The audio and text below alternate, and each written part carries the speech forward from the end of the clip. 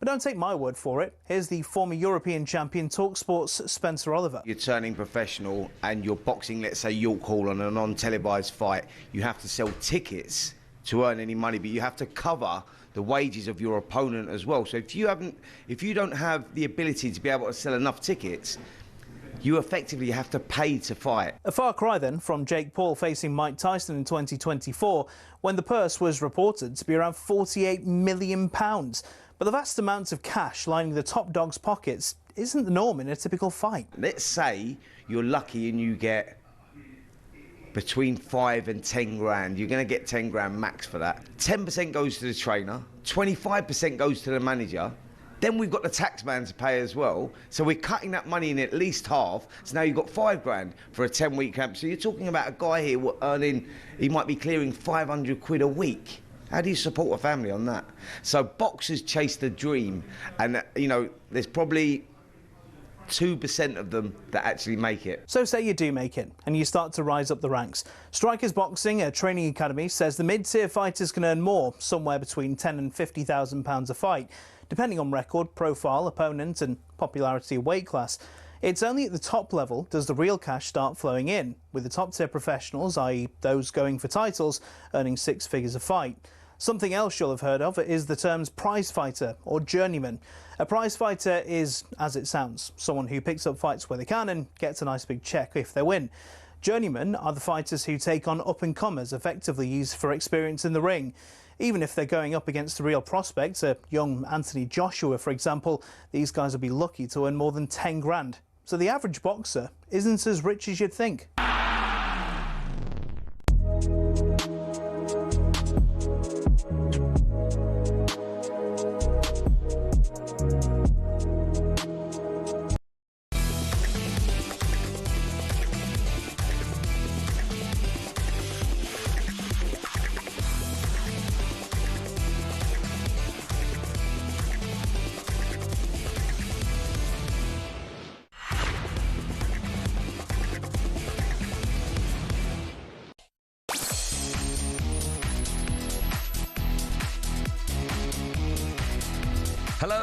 Hello, good afternoon. Welcome to Drive on talkSPORT with me, Andy Goldstein. Darren Bent has decided to turn up. Here, by the way, Darren Bent. Just said that. You all right, Sunshine? Decided to turn up. I'm always here. Did you decide to turn up? Did you turn up yesterday for the darts? Obviously not. Did you? Yep. Got knocked out in the semis. Oh, that's the result, is it? Oh, well done on failure. What's well done on failure. First round or semis? First round last year. That was you. And both bad. 2 years in a row. Oh. Wait, sorry, I don't see your name on it. I dig up. We've got to shut up, and we've got a show for you today.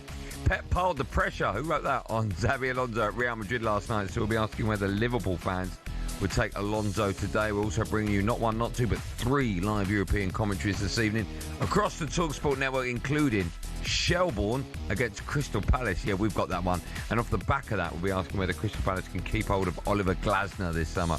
And Benty returns. It's your chance to get your WhatsApp voice notes in for Darren Bent. You know what to do. 03717223344. All that plus Kevin Atchard joins us for a bit of drive worldwide, and we'll discuss what Aston Villa's ceiling is under Unai Emery. What a busy show.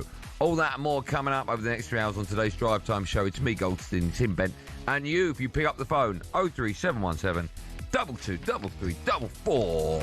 Goldstein and Bent letting themselves down, letting their friends and families down. More importantly, letting the drive show down. Yeah, you're not wrong, You're not wrong. I just want to point out, though, so I got home last night, and like all good pros, I thought I'd watch back the action. You are I noticed, and you can go back and check this, and I'll put this on my Instagram, that Gabby required 5 through 3 darts, one of them was 17. Russ Bray calls out, no score.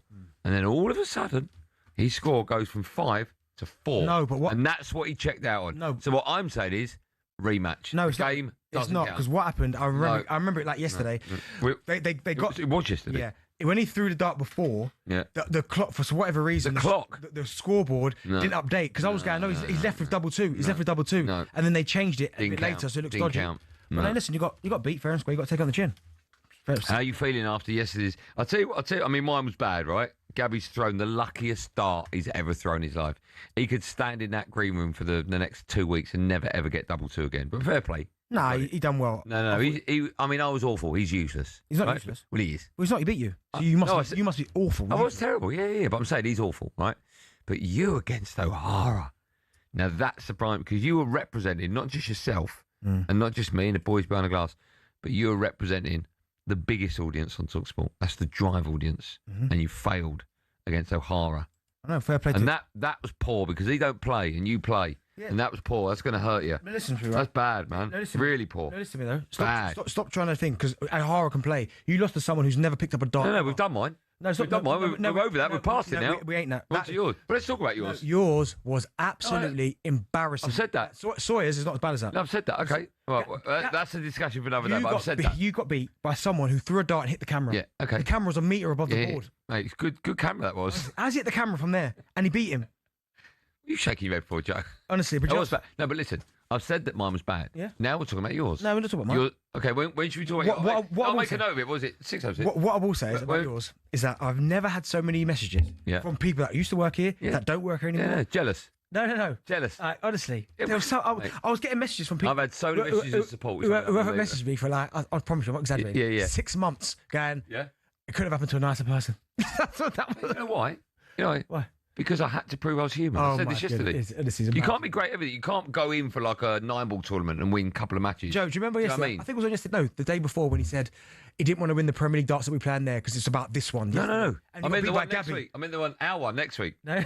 That one yesterday. What happens when you lose next week? I won't lose. That's what I'm saying. That's the one. Next week's the one. Don't forget to bring my trophy in, all right? Don't start reading them out, all right? Do you want me to read them out? No, okay. I'll leave it. People are jealous. I'll read the last one. Oh, here we go. Typical Andy, poor performance, poor hair paste. Oi, careful with hair paste. My lawyers are listening to the show. I will leave that where it is. Right, who's that from? I might be his name. Yeah, he's probably got no hair.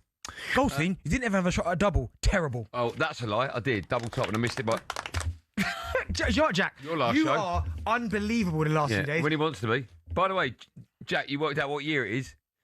He's actually having a conversation with all of us yesterday on the WhatsApp group saying, are you sure it's next Thursday? Then he realised he was looking at the calendar for 2024. Why are you even doing that, Jack? Why is that even in your phone? That's unbelievable. So funny. You lost as well. I lost. Listen, I'll take mine on the chin, but the reason why I don't think here we go. Back to mine now. No, the reason why I don't think I've got as much stick as you have is because I don't put it in people's faces. You've been actively telling the world that you're going to win this, you're going to win that. And because I'm just like, I'm confident.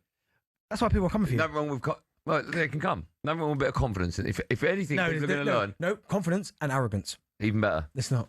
I'm confidently arrogant.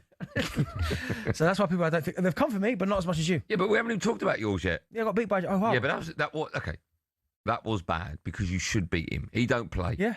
And you know what he's like? You said to me on air last week, there's only one thing worse than you winning it, as in me. And you went O'Hara. Yeah, and he didn't win it. But you nearly let that happen. No, I didn't. I knew Dino was the safety blanket. No, mate. By the way, Dean... Yeah, he can't be. I think I'm retiring. You know, that'd be a loss to the darts, wouldn't it? Yeah, I think I'm retiring. Yeah, when's the next paddle one? Yeah, when's the next paddle one? Yeah, you need it. You need that victory. But people are questioning you about that. No, they won't. Yeah, they are. Honestly, they said 1.5 people won. Me and half. I'll take the half. All right, hand. Right, we got. I heard Paul's next. Who? Paul. Paul, the sport. Yeah, I'm telling you now. I'm losing that. If ever you lose that after going to the World Championships and all that. Of course not. No. I'm telling you now. I'm telling you now, if I play 1st to 10 against Gabby, I'm giving him 5 star and I'm beating him. All right, but you have to win. Maybe you have to win it. Of course I'll win that, D. Come on, man. I don't know, you know. Of course. I think now you feel pressure. Right. talkSPORT have only ever had one pool tournament ever. I won it. No, you didn't. I saw you get the trophy at home. I did. You get beat by Max and Ryan. No, and they didn't even play. Absolute garbage. The phone rang. I had to take a call. Right, are we ready with the show, Darren? I'm ready, yeah. You sure? A bit later on, we'll talk about Crystal Palace flying high. We've got a nice dilemma to have a chat about whether or not Champions League is better than winning the Conference League. So we'll have a chat about that. Oh, okay, yeah. Yeah, for them. Yeah, no, I thought we meant winning the Champions League better than the qualifying. Qualifying for the Champions League, yeah. We'll talk about Arsenal as well throughout today's show. We're building up some more live football tonight. Yeah, I do think that who plays on Martinelli. Your left? Martinelli's goal was better than No Madueke. way. Madueke had to shrug someone off, go past a couple of people, smash. Madueke had to cut in, also shrug someone off. No, he didn't. He just cut inside and whipped it. Lovely. There was a defender there. All he did. Whipped it. You're a disgrace to your team. But we're going to start with Man City. They won away at Real Madrid in the Champions League last night to pile the pressure on their manager, Xabi Alonso. So would Liverpool fans take him right now? Erling Haaland picked up the ball, puts it on the penalty spot, and just slots it into the back of the net for his 6th Champions League goal of the season. Real Madrid 1, Manchester City 2. What a result for them, and the confidence it'll give these players, some of them who are sort of quite new to City, shouldn't be underestimated. It's a real statement for them. Your team's a good side. It's winning what it needs to win. Yeah. It is a competitive side. It can win the Champions League. Do I think they will? I think it's a push for City. Yeah, Man City came from behind to win 2-1 away at Real Madrid last night. An equaliser from Nico O'Reilly and Erling Haaland on the penalty spot saw them pick up 3 points, which means they now sit 4th in the Champions League table. Their boss, Pep Guardiola, spoke to the media afterwards. He said they now need to make sure they finish inside the top 8. With the 2. Last season we were miles away for the Liverpool in the Premier League, and now we are 2 points ahead. So in terms of results and performance, we are much better. I said from the beginning, I have the vibe with the team really good. They fight each other, they love each other, they go there. But I know, I've been in semi-finals, finals, Champions League many times, and I know what is being required to compete and even as stages. But now the question is go through the group stage, and as quick as possible, as high as possible, for reasons everybody knows. And after arriving the best moment in February, March. We'll talk about the game in just a moment. There are reports in Spain suggesting that Alonso has Sunday's game to save his job. I do find this a bit barking. He's not been there a year yet. They're only, 5 points off Barcelona at the top of La Liga. They've lost the same amount of games. They've just got more draws.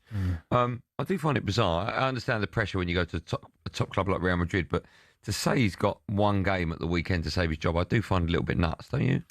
Yeah, but that's Real Madrid for you, though, isn't it? That's just Real Madrid. We've seen it. They are a winning machine. If you're not pulling up trees or winning major trophies. And for me, it's almost got to a point where I'm not even sure it's about La Liga. Yeah, they're happy with La Liga, but it's about the Champions League. And if you're not being competitive, we've seen managers lose their job there. And Xabi Alonso had incredible time at Leverkusen, the whole season unbeaten. Won, obviously, I think it was their first couple of major trophies. Has done wonderful things there, but Real Madrid again is a step up. I think if you give him more time, I think he probably will get it right. But it's looking like if he doesn't get a result this weekend, he could be out of his job. It will be interesting to see about the Liverpool and the Xabi Alonso connection, because I know they wanted him before he went to Real Madrid.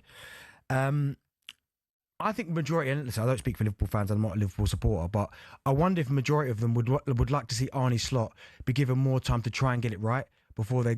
Because typically, and that's one thing you have to respect Liverpool Football Club about, is that they don't hire and fire. It's never a quick fix like, get him out now, he's only been 3... Do you know what I mean? They give him a little bit of time. So I don't know if it would be unanimous in saying, get him, slot out, get Xabi Alonso in, although he was a really good player for Liverpool, like top draw, playing against him. Wow, him and Gerrard in the middle of the park. Woo. I think they might wait. But of course, you're going to get some supporters that are going to say, well, he might not be around for that long before someone else takes him. He's a top manager? Yeah. You don't go and do what you did in Germany. No, it's not a fluke. You can't do it over a season. Not over a season. And to win those trophies and to kind of oust Bayern, who had a kind of stranglehold on that league, I think it was tremendous. And remember, they nearly won the European Cup if it wasn't for Ademola Lookman's hat-trick in the final. So he got them to a final. So he done outstanding things at that football club. But I'm not quite sure most Liverpool fans would say, get him in now and get Slot out. Okay, that's one of the questions we're going to ask Liverpool fans. You can have your say. Would you swap 03717 22 or would you take Alonso right now? Just a quick word about Nico O'Reilly. I mean, it's a poacher's goal, but he had to be there. I love that. He took it well. Yeah. He took it really well. No, he doesn't. Yeah, he shouldn't have dropped it. Is he a starter for England at left back? I think at the minute, you look at who's up against. So you've got Lewis Skelly, who played last night, did well, but not playing many games in the league. Sure, you putting Shaw in that? Not really, no. You're not? No, Lewis Hall, he's good. Livramento can play out there as well. Jed Spencer's played a bit of time out there. Yeah. But I'd say naturally, probably right now as it speaks, Nico O'Reilly's he's playing really well. He's scoring goals. He's playing week in, week out for City. Do you think that if Lewis Skelly were to play week in, week out, then it would be his? I think Thomas Tuchel really likes him. And he started, didn't he? I really like him as well. Yeah. I mean, they're both really good young players. Both, and that's the key, both young. Yeah. But it'd be an interesting battle, interesting dynamic between the two. But unfortunately for Lewis Skelly, who I'm a big fan of, he's just not getting enough minutes right now. But if he keeps playing the Champions League, then there's no reason why he can't get himself on the plane. We've got lots coming on today's show. A bit later on, we'll be asking for you to send in a voice note for what's happening, Benty. If you know what I'm talking about, do it. If you don't, I'll tell you a bit later on. 03717 223344. Team news ahead of all of tonight's football. Another busy night on talkSPORT. And, of course, we're going to start our show today by taking your calls from Liverpool fans. Would you take Alonso right now? 03717 223344. Dial that. You can have your say next. Live on Drive on talkSPORT.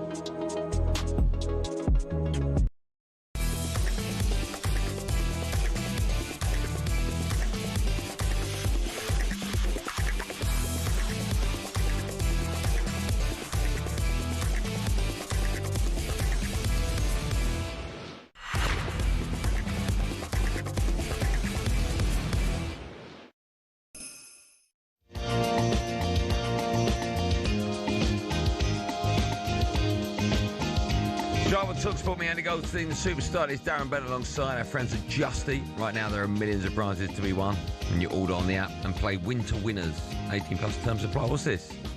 Sounds like Rock the Boat. Is it Rock the Boat? Rock the Boat, baby. I'm not there. Said I'd like to know you. That's it. Where you get the notion or something like that. Yeah, I'd like to know where you got the most. Jack's going to play it next. Legend Jack. I thought that's what we're playing now. Jack, I'm loving your work. Is that not what we're playing now, Jack? All right. Rock You Baby. George McKay, George.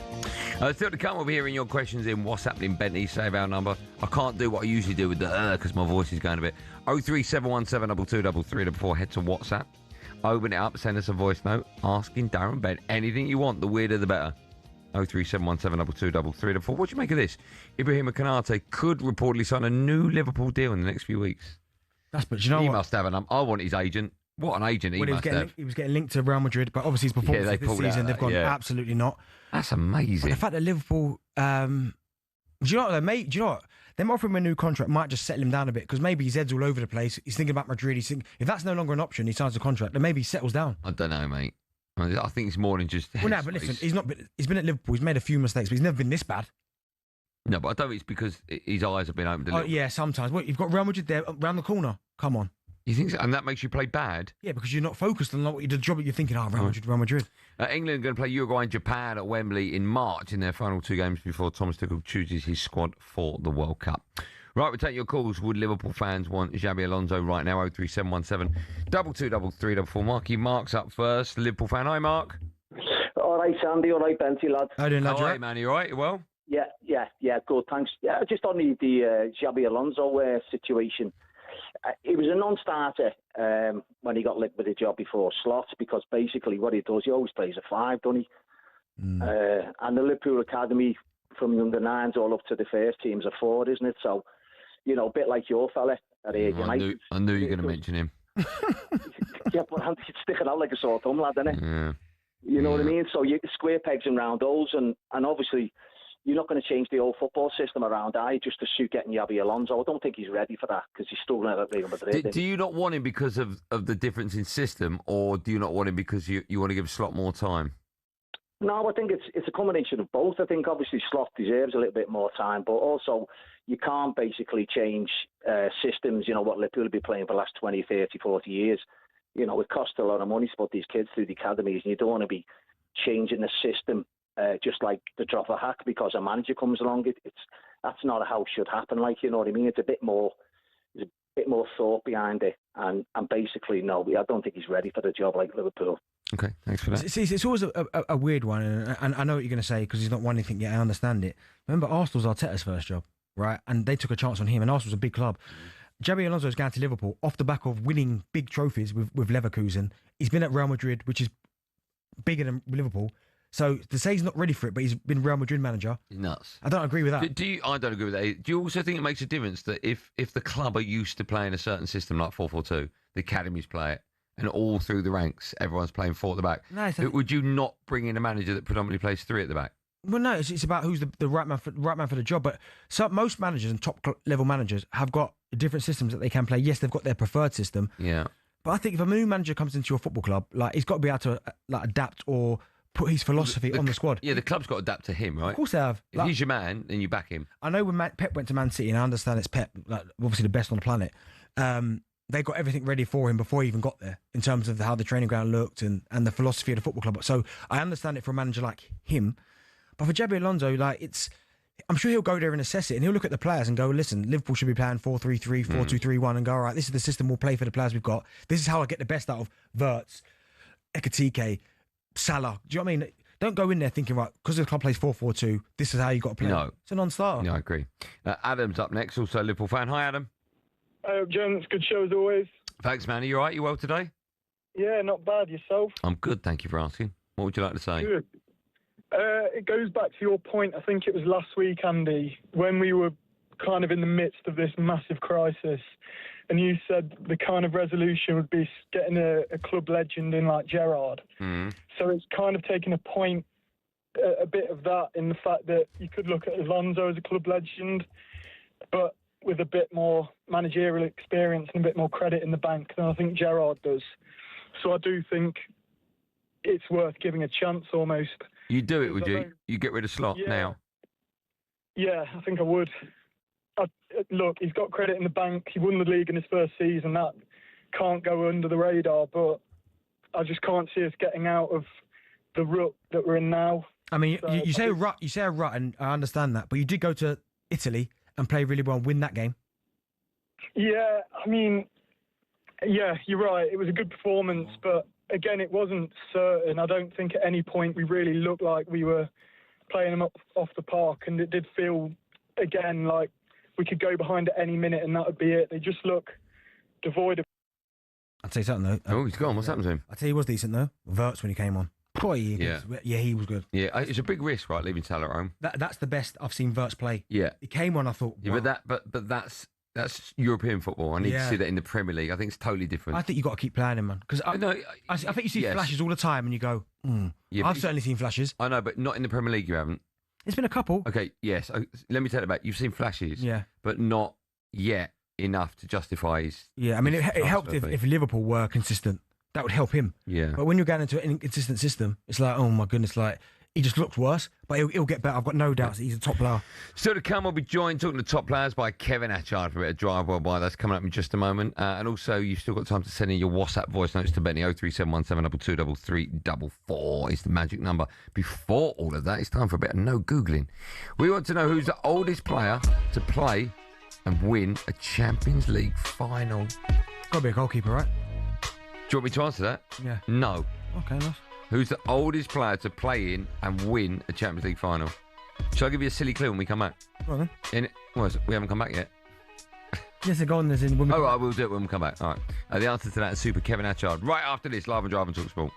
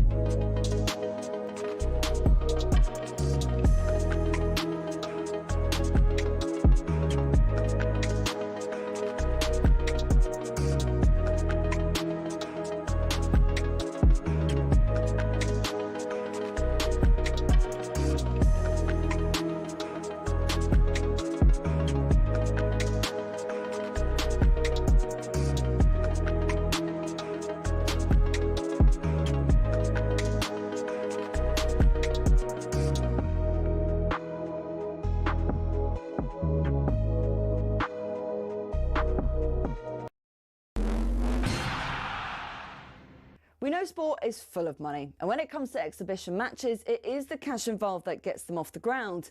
But that's what makes it even more annoying if the event falls flat. When Mike Tyson fought Jake Paul, 65 million people streamed it on Netflix, but many people complained of buffering and freezing, and the fight itself wasn't that great either. So fans got shortchanged, while Tyson and Paul took home around $60 million between them. Another one with a huge prize pot was Tiger versus Phil in 2018. That had £9 million. But again, the pay-per-view had streaming issues. Miking up the players was an anticlimax too, and the golf itself was bang average. When Ronaldo went to Saudi, we all knew money was the driving force, given his salary of £177 million a year. But then they thought, let's get Messi over for a game. So we had PSG versus the Riyadh All-Stars. Both the GOATs were past their best, but PSG still lined their pockets, charging fans a few pounds to watch it on their official channels. Although it wasn't quite as bad as the 75 quid pay-per-view where Mayweather fought McGregor. I feel like what we really need is constantly high-quality action delivered to you for free. And that, my friends, is called talkSPORT.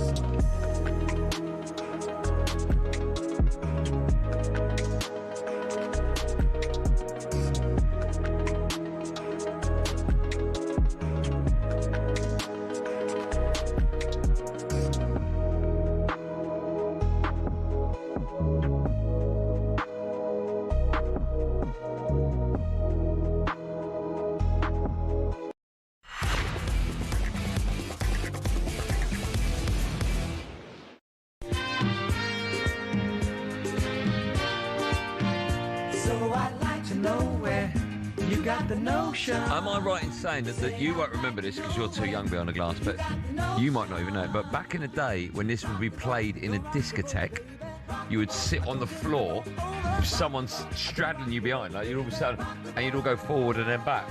I don't know what kind of nightclubs you're going to. Real thing. Trust me, Joe, I said the exact... I don't know what nightclubs you're going to.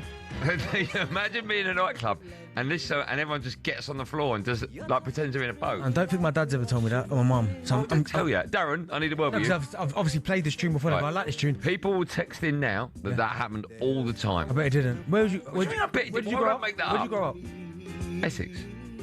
They ain't doing that in Essex. Oh yeah, maybe in Essex actually they're doing it. Essex used to get down and dirty in Essex. They sit like that and go. You've never heard that before? Must have been a Macarena. Yeah, you're right. Oh, maybe it was Macarena. No, it was this. I'm sure it was this one. Everyone got on the floor in a nightclub. Yeah. In a nightclub where people are spilling drinks. Yep. It's all nasty, sticky. Yeah. Sit on the floor doing that. Yes, they would do that. That's some nasty clubs you're going to, man. No, Trust me. sorry. That tells you they're not nasty. That tells you it's a nice, clean club. What, the people are sitting on the floor? Yeah, I wouldn't sit on a dirty floor. I've never been to a nice, posh nightclub in central London and people sitting on the floor. So. Well, maybe you should go to Hollywood's in Romford. Yeah, when it was open. 1936. He's right. Well, there's no need for that, all right? It's just after the war. Before the break, I asked you the question, who's the oldest player to play and win a Champions League final? Any idea? Maldini. No, you cheated then. I saw my kids laugh, I didn't cheat. How old was he? 40. No. How old? 38. I mean, he was so good, wasn't he? Nearly 39, 331 days. Do you know what's mad? The conception about Maldini. I always thought, because he was unbelievable, arguably the greatest left back, Yeah. that he was left-footed. He was right-footed. Yeah, I've heard that before. I forgot about that. But you're Yeah. right. Yeah. Someone He could play centre half though as well, didn't he, Maldini? Someone said here, Yeah. it was oops. Oh, yeah. Up. Oops Upside Your Head. Get that one, Jack. That was the song. Oops Up. So, Rock the Boat, it wasn't that. No, but they'd still sit on the floor. That's my point. My point was all about sitting on the floor in a nightclub and doing the boat motion. So many people said that. Okay. But like the Gap Band. Okay, but that proves that happened, right? Everyone would sit on the floor. Okay, nice. Decent. Essex. So happy 60th. Oh. What's the matter with you? All right? Keep you all young. Right, time now for this. Drive worldwide. Why? I'm telling you now, he will remember. Right, time for a bit of Drive Worldwide where we take a look at some of the biggest talking points from across the world of football. Joining us now is someone that has done Oops Upside Your Head. I'm telling you, sat on his backside in the middle of a dance floor. A European football expert, Kevin Atchard. Kev? How are we, chaps? You well? We're yes, good, I man. have. We're good. Yes, I have. See? I knew it was Oops Upside Your Head. Yeah, that has happened. So you went to a nightclub, the song came on, you got on the floor and straddled someone behind you. They did it in front of you, etc., and that happened, right? Yes, although that was at a wedding, actually, not a club. The clubs I tended to go to didn't tend to play Oops Upside Your Head. What they used to play? Generally, UK garage kind of stuff. Kev, now we're talking. Now we are talking. Kev, you so Gas in Cheltenham. There you go. What's it called? What's it called? It was called Gas in Cheltenham. It was. How are you spelling that? GAS? Yeah, it was a club that played UK garage. Oh, Ministry of Sound, Emporium. Oh, my goodness gracious me. Not Hollywood's in Romford, no. Also garage. Wow. They would be on the floor, but for different reasons. Right, listen, let's start by looking back at last night. Saw Man City win 2-1 away at Real Madrid. Xabi Alonso, he only took over in the summer. Already he's feeling a bit of pressure. I mean, realistically, surely he's going to sit out the season, isn't he? Not necessarily, no. I would think if they were to lose against Alaves at the weekend, he would be in severe danger, I would think, because you look at what he's trying to do. He's trying to bring in something that hasn't really been there for a long, long time, which is a kind of top-down approach whereby he imposes certain rules on the players, certain requirements. He wants a collective with and without the ball. And that's completely different to what they had before under Carlo Ancelotti. And I think you could see last season that Ancelotti was trying to get the players to do certain things, and it was really hit and miss as to whether they would do them. And he was quite open about that, Ancelotti, at times. He would say, you know, I can't remember what the win was, but it was a pretty good win in Europe. And he said, look, when the players do listen to me, see what happens. So Ancelotti was having those issues, and now Xabi Alonso's having them even more. So I think he's been unlucky with injury. He's had a lot of defensive injuries. You look at Danny Carvajal's been out, Trent's been in and out. You've had problems with Alaba, now Eder Militao's out. Then you've got experienced players like Rudiger making big mistakes like he did last night, giving away the penalty. So, yeah, it's not a great situation. And then you've got Vinicius Jr., who looks as though he's not going to sign a new contract anytime soon. So there's a lot of little things combining to make Xabi Alonso's life a lot more difficult. Well, you mentioned him there, Kev, Vinicius Jr. Now, I don't think he's been the same ever since he came out and spoke about the Ballon d'Or when Rodri won it. And this season, it looks like every single time he gets taken off, he's got a problem with it. Now, do you think that might be going against Xabi Alonso in terms of Vinicius Jr. in that Real Madrid dressing room? I'm guessing it's a big personality. So do you think that's going against him, that kind of relationship with that player? Yeah, I don't think it's helped. I would agree with you, actually, about since the Ballon d'Or not going his way. I think it's really distracted him. And I think he was, I think he should have won that year, actually. Much as I think Rodri's amazing and I can understand why he got it, but I thought actually Vinicius was deserving of that. But I don't think the club helped because they they made such a song and dance about it and such a fuss of it that I think it got in Vinicius's head.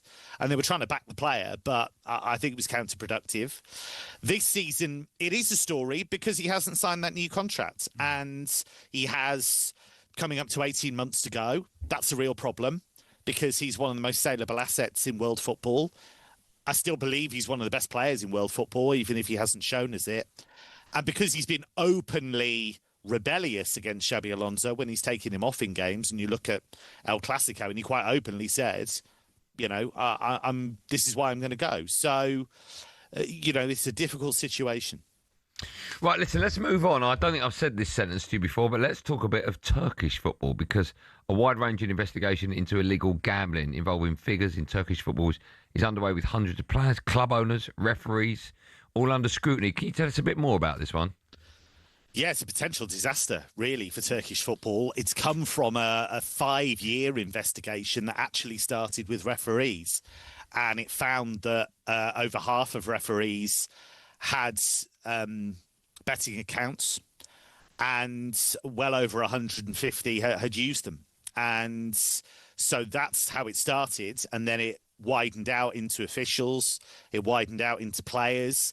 And what you've got is a situation where the Fenerbahce skipper, Mert Hakan Yandas, is one of the players who's been accused of this. You've got, in the top 2 divisions, you've got a huge number of players who've been suspended.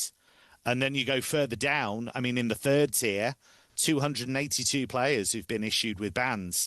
So this is an enormous problem.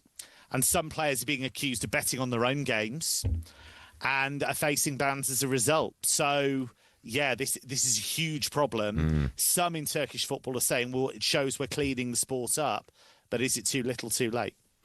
Kev, I want to talk to you about one of probably your favourite players, but probably not at the minute because you're a Liverpool fan, Mohamed Salah. The Saudi Pro League, I think there was an executive that came out and said he wouldn't be good for the Saudi Pro League, but what have you made of the whole situation with Salah, and can you see him potentially going there?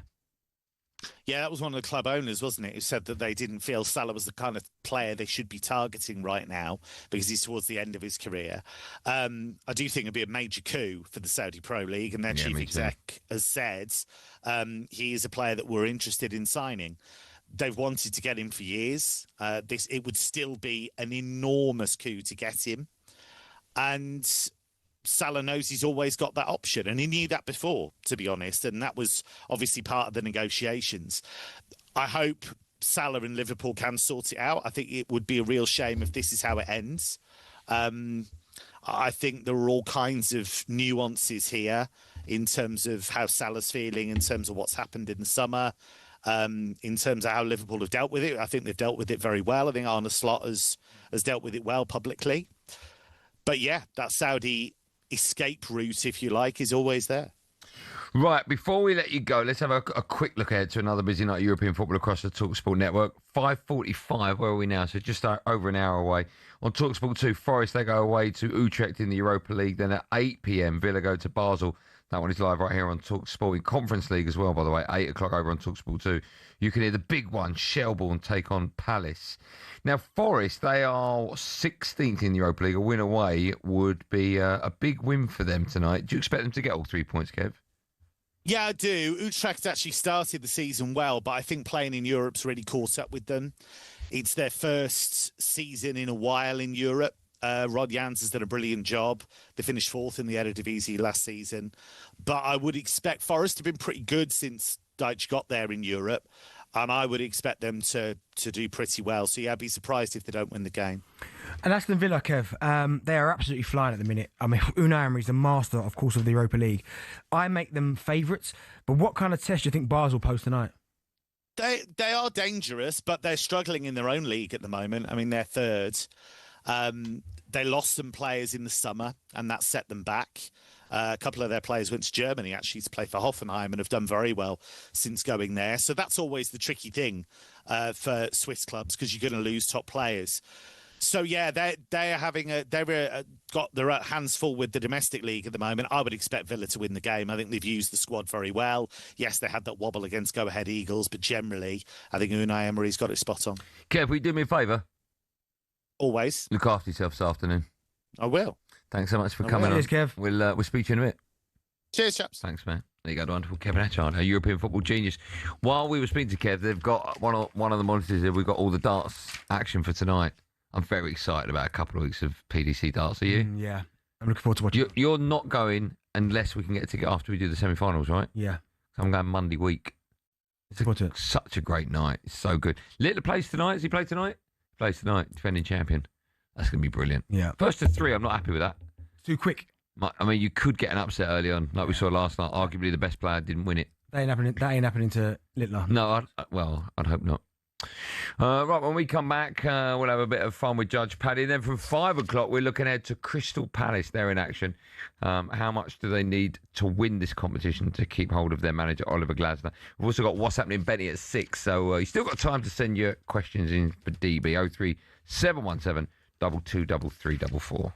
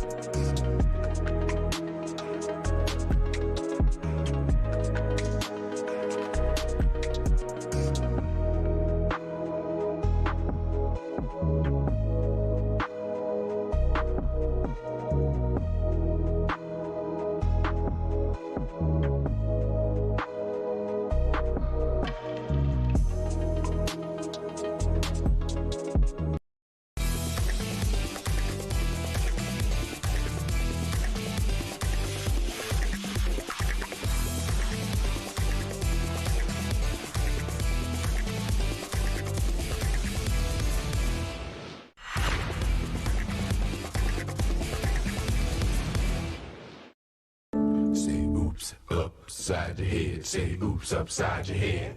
Say oops. That's the one. Imagine sitting on the floor in a nightclub. Here we go. Look back, forward, back, forward, left, middle, right, middle. That's what you used to do. Imagine that for the whole song. That's it. It don't change. There's no like I was walking down. There was none of that. I wonder why you've sat on the floor and done that. Oops upside your head. There's nothing to do with your head. Now on all you gappers and you finger Listen, snappers, you toe tappers. he's probably going to tell you to get on the You floor. love lappers. I want y'all to say this with me. That's it. There's no talk about getting on the floor. But it just so weird, isn't it? Driver talkSPORT, me, Andy Goldstein Darren Bent, Just Eat. There are millions of prizes to be won when you place an order on the app and play. Winter winners, 18 plus terms apply. Still to come, we'll be hearing your questions in What's Happening, Benty. Save our number. It's probably saved in your phone anyway. 03717 223344. Head over to WhatsApp. Open out. Send us a voice note. Ask Darren Bent anything you want. The weirder, the better, the clever. Always put your name in it as well. Just quickly, Ivan Toney is likely to leave Al Alil, I think it is, in January to return to the Premier League because of tax reasons. He's unlikely. Did I say that? He's unlikely. But he got himself in a bit of bother, didn't he, over the weekend? I saw that, yeah. Wolves are interested in re-signing Adama Traore from Fulham in January. And a reminder, at 5:45 over on talkSPORT 2, you can hear live comms. Forest there in action in the Europa League. Adam Bridge is watching for talkSPORT. He's got all the team news for us now. Bridgie. Afternoon, gents. Forest unbeaten in their last 3 Europa League games, and they sit within striking distance of that top 8 and automatic qualification. 10 changes tonight, though, from the side which was soundly beaten at Everton at the weekend. Only Dan and Doy survives. Douglas Luiz, Murillo and Alexander Zinchenko are all back from injury, and they start. Victor's in goal. It's Abbott, Murillo, Morato and Zinchenko across the back. Dominguez and Luiz in midfield, with Hudson-Odoi, McAtee and Undoy supporting Calamuendo, who is up top for Forest. Utrecht, aside from qualifying rounds, haven't won a major European game in the league phase since 2004. They sit 7th in the Dutch league, but are unbeaten at home since September. 3 changes for them tonight, with Sebastian Aller, the former West Ham and Dortmund striker, one of those coming in to start. Kickoff's 5:45. I'll have Scott Minto alongside me, and the game's live over on talkSPORT 2.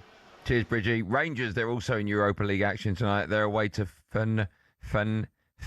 Paul Mitchell has the team news ahead of this one. Andy, how are you? Ferencváros against Rangers going head to head, and it's another must win for Rangers. They can get to 10 points if they win the next 3 games, but they've got 1 point from 5 so far. They make a couple of changes from the side that played at the weekend. Both were anticipated. Mo Diamonde is suspended, having been sent off last time out. Nedum Barami's not in the European squad. James Tavernier comes in, and Danilo. Rangers will have Butler in goal. It'll be Tavernier, Giga, Fernandes, McHoma. Raskin and Barham will sit with Aarons, Danilo, Gassama and Majovski up front. For Ferencváros, led by Irishman Robbie Keane, they're top of the table. They're doing well. Barnabas Varga plays. He's their main striker, 21 goals so far this season. He could be a real handful for Rangers. And David Groff starts in goal. The main goalkeeper is injured, so David Groff, who once spent 3 years in Edinburgh with Hibernian and played just once as a substitute, gets his chance to start tonight. Rangers have to win it. They certainly should go for it, and we will see if they do that a little bit later. Objection! Sustained. I sentence you to a lifetime of supporting United. Football Court is now in session with Judge Paddy on talkSPORT with Paddy Power. Yeah, time now for Order in the Courts. We welcome Lewis Richards from our friends at Paddy Power for this week's Judge Paddy. Hello, Lewis. How are you all? Brilliant, gents. How we doing? You all good? Good, man. Are you all right? You well? I'm good. I've just seen something proper tickled me. Do you remember Odin Wingy turning up in the car park? Yeah. Well, apparently they had a shirt made for him just in case the deal went through, and he's being auctioned off. Okay. Just quickly, Lewis, you know the Beatles split up as well, right? Beatles? Yeah. Beatles? Far before. Too young for that. Too young for that. Yeah, I can see, yeah. Right, well, listen, that's a minute we won't get back. Thanks for coming on. You're here to rule on a topic that Benty and I are going to debate. What are we talking about this week, Your Honour? We are talking about Mo Salah. Will he stay or will he go? Great question. So Benty and I have got 45 seconds each to make our case, present our evidence. Lewis, you're going to judge us on our knowledge, status, delivery, and anything else that you think is relevant. Who would you like to go first? Let's go with yourself, please. Okay, my 45 seconds on whether Salah should stay or go begin now. Court is now in session, and it's already wildly unprofessional. I don't think it comes down to whether Salah thinks he should stay or go. I think it comes down to whether the manager decides that. And by that, I mean whether or not he's loved. And he's clearly not loved. The fact that he came out and said he's got no relationship whatsoever with Arne Slot now tells you everything you need to know. I think he should have left in July last year, in the summer. They should have got maybe 80, 90 million from him. And he stayed on. Fair play. He's there for 400 grand a week. But I think his time is up now. I think he should go to pastures new, get as much money as he can. Liverpool's done. Fell out with the manager. You said that already. He should be leaving the club on the back of a huge testimonial and about £10 million coming his way. But as it is, he's going to go in January, tail between his legs. Fans will be split. Not good for the game. Not good for Salah. Not good for the manager. Not good for the fans. That is awful. There you go. And I mean, got there in the end. It's a long time, 45 seconds. DB, see if you can beat that. Your 45 seconds starts now. No. All rise for the Honourable Judge Paddy. Yeah, I think Salah should stay. I mean, you're talking about Liverpool's highest ever Premier League goal scorer. 250 goals in 420 games to Liverpool, which is absolutely You're reading it. outrageous. That's not fair, you're reading it. You look at his numbers, and I know it's not going quite well, but I think a player like Salah, who's got that much quality, he will come good again. Of course, there's going to be a time where Liverpool have to move on from Salah. I don't think that's the time yet. I think let him come back, let him and Arne Slot sort it out. But I think when you're talking about a guy that is third all-time in your club's history in terms of goals, behind Roger Hunt and Ian Rush, I think you have to give him a little bit more time. You'd have to start him, but as long as Salah can accept his role, maybe in terms of he might not be used every single week, I still think there's a part to play for Mohamed Salah, who has been one of the greatest, in my opinion, the greatest right winger in Premier League history. So yeah, I would like to think that they can sort it out. Salah can move forward. Long time, isn't it? It's a long time. No, but I predicted facts, stats, numbers. Lewis, before you make your judgment, I don't want to sway you one way or the other, but after we finish this, just text me your address. I'll send you some of my Goldstein's Golden Pace for free. All right? That must be 2 months ago. 2 months ago I was supposed to get a pot of that. I'm still waiting. Yeah, Bentley's won then, isn't he? Who's won? Well, listen, I will say this, Andy. Your argument was better than your Steven Gerrard to Liverpool argument last week, which was just terrible. Yeah. But yeah, we'll go with Bentley on this one. Right. I was swayed. I did think he had to go, but after listening to that, I think he did need to be dropped. Right. He's going to have a few weeks away now for the AFCON. Come back, try and repair that relationship, and Liverpool should really do everything they can to keep him. Right. I agree. He's one of the best players. Lewis, I will cancel your order. Thanks for coming on. Have a nice weekend. We'll speak to you next week's show. Enjoy the rest of the show, Thanks, guys. man. Superstar. There you go. Wonderful work from Lewis. As always, there will be another debate in front of Judge Paddy next week, 18+, gambleware.org.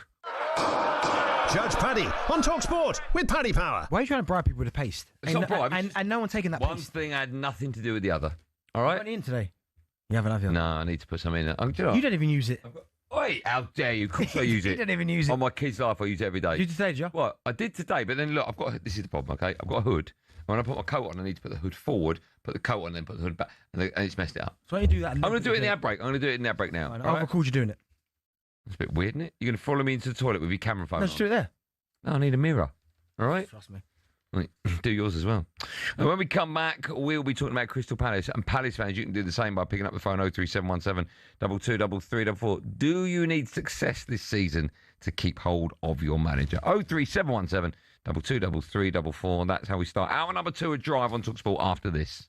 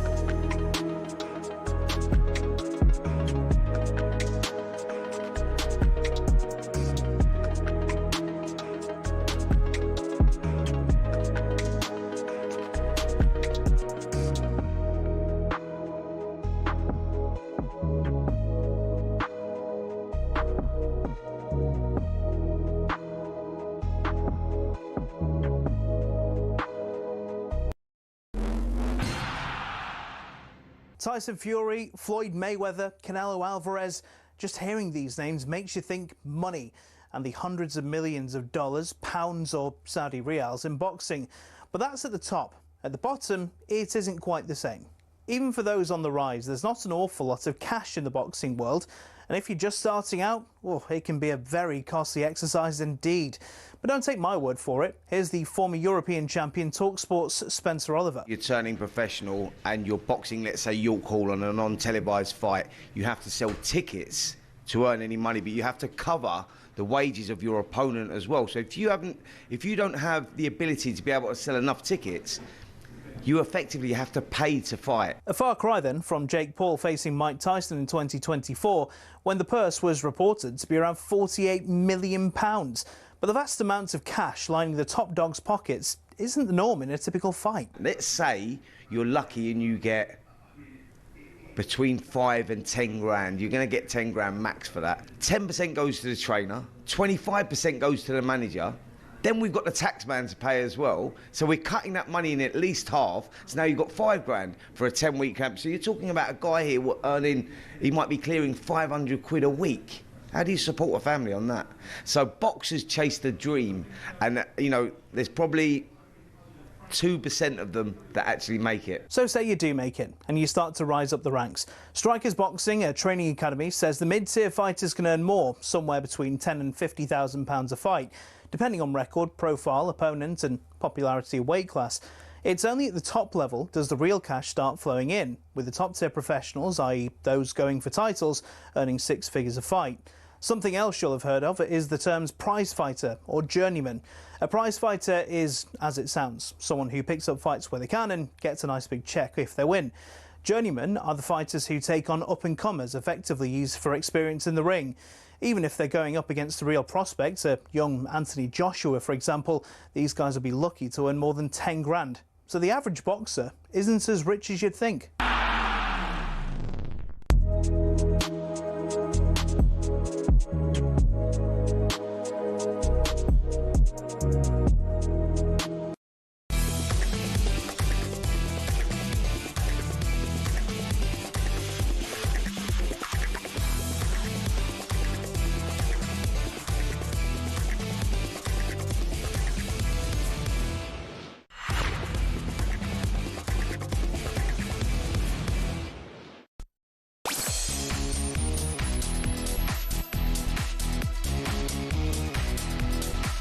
Welcome back to our number 2 drive on talkSPORT. Me, Andy Goldstein, the sneaker freaks here. It's down here, by the way, Darren Ambrose. Oh, no. He's done that to you, the Lego King. You got someone out there, and they made a really good point, Yaz, that you're getting away with your performance yesterday really lightly. Who said that? Yaz, out there. Right, Yaz, if you're listening, mind your own business. Bad, What do you mean? I'm not getting... The sports bar went to town on me. You've gone to town on me when we started the show. That's hardly getting off lightly. Oh, wait, Jack, you're right. Jack don't even speak to you, he's not allowed to. Still to come with you and your questions in What's Happening, Betty. Save our number 03717223334 on your phone. Head to WhatsApp, send us a voice note asking Benny anything you want. Says it, the weirder the better. But now, can Crystal Palace keep hold of Oliver Glasner in the summer? Because the 10 minutes are up and the Eagles have landed it. Crystal Palace win the FA Cup for the very first time. If I was in a situation with Glasner, I would take a view, which is I've got the best manager that I can possibly have. I've got an FA Cup, I've got PSR headroom. I need to find a way to give him half of what he's got and I get something in return, which is you sign another contract with me. He has been absolutely phenomenal since he got there. They've climbed above big spending Chelsea up to the giddy heights of 4th place in the Premier League table. By the way, I did my hair, can you notice it? It does look amazing today, doesn't it?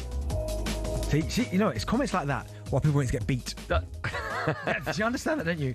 You've just come in and gone, let me do that.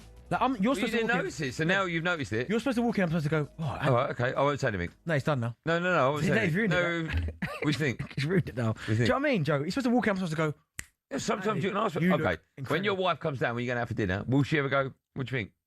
No, I'll go, you look nice. No, but if you don't, I bet you she's coming down and go, what do you think? Does this outfit go with these shoes? No, okay. If she asks me, I'll say yes. But you've I've just asked you. No, you've just all right, does my hairstyle go with my outfit? You've come in and just gone, I look amazing. You didn't offer me that opportunity to say that.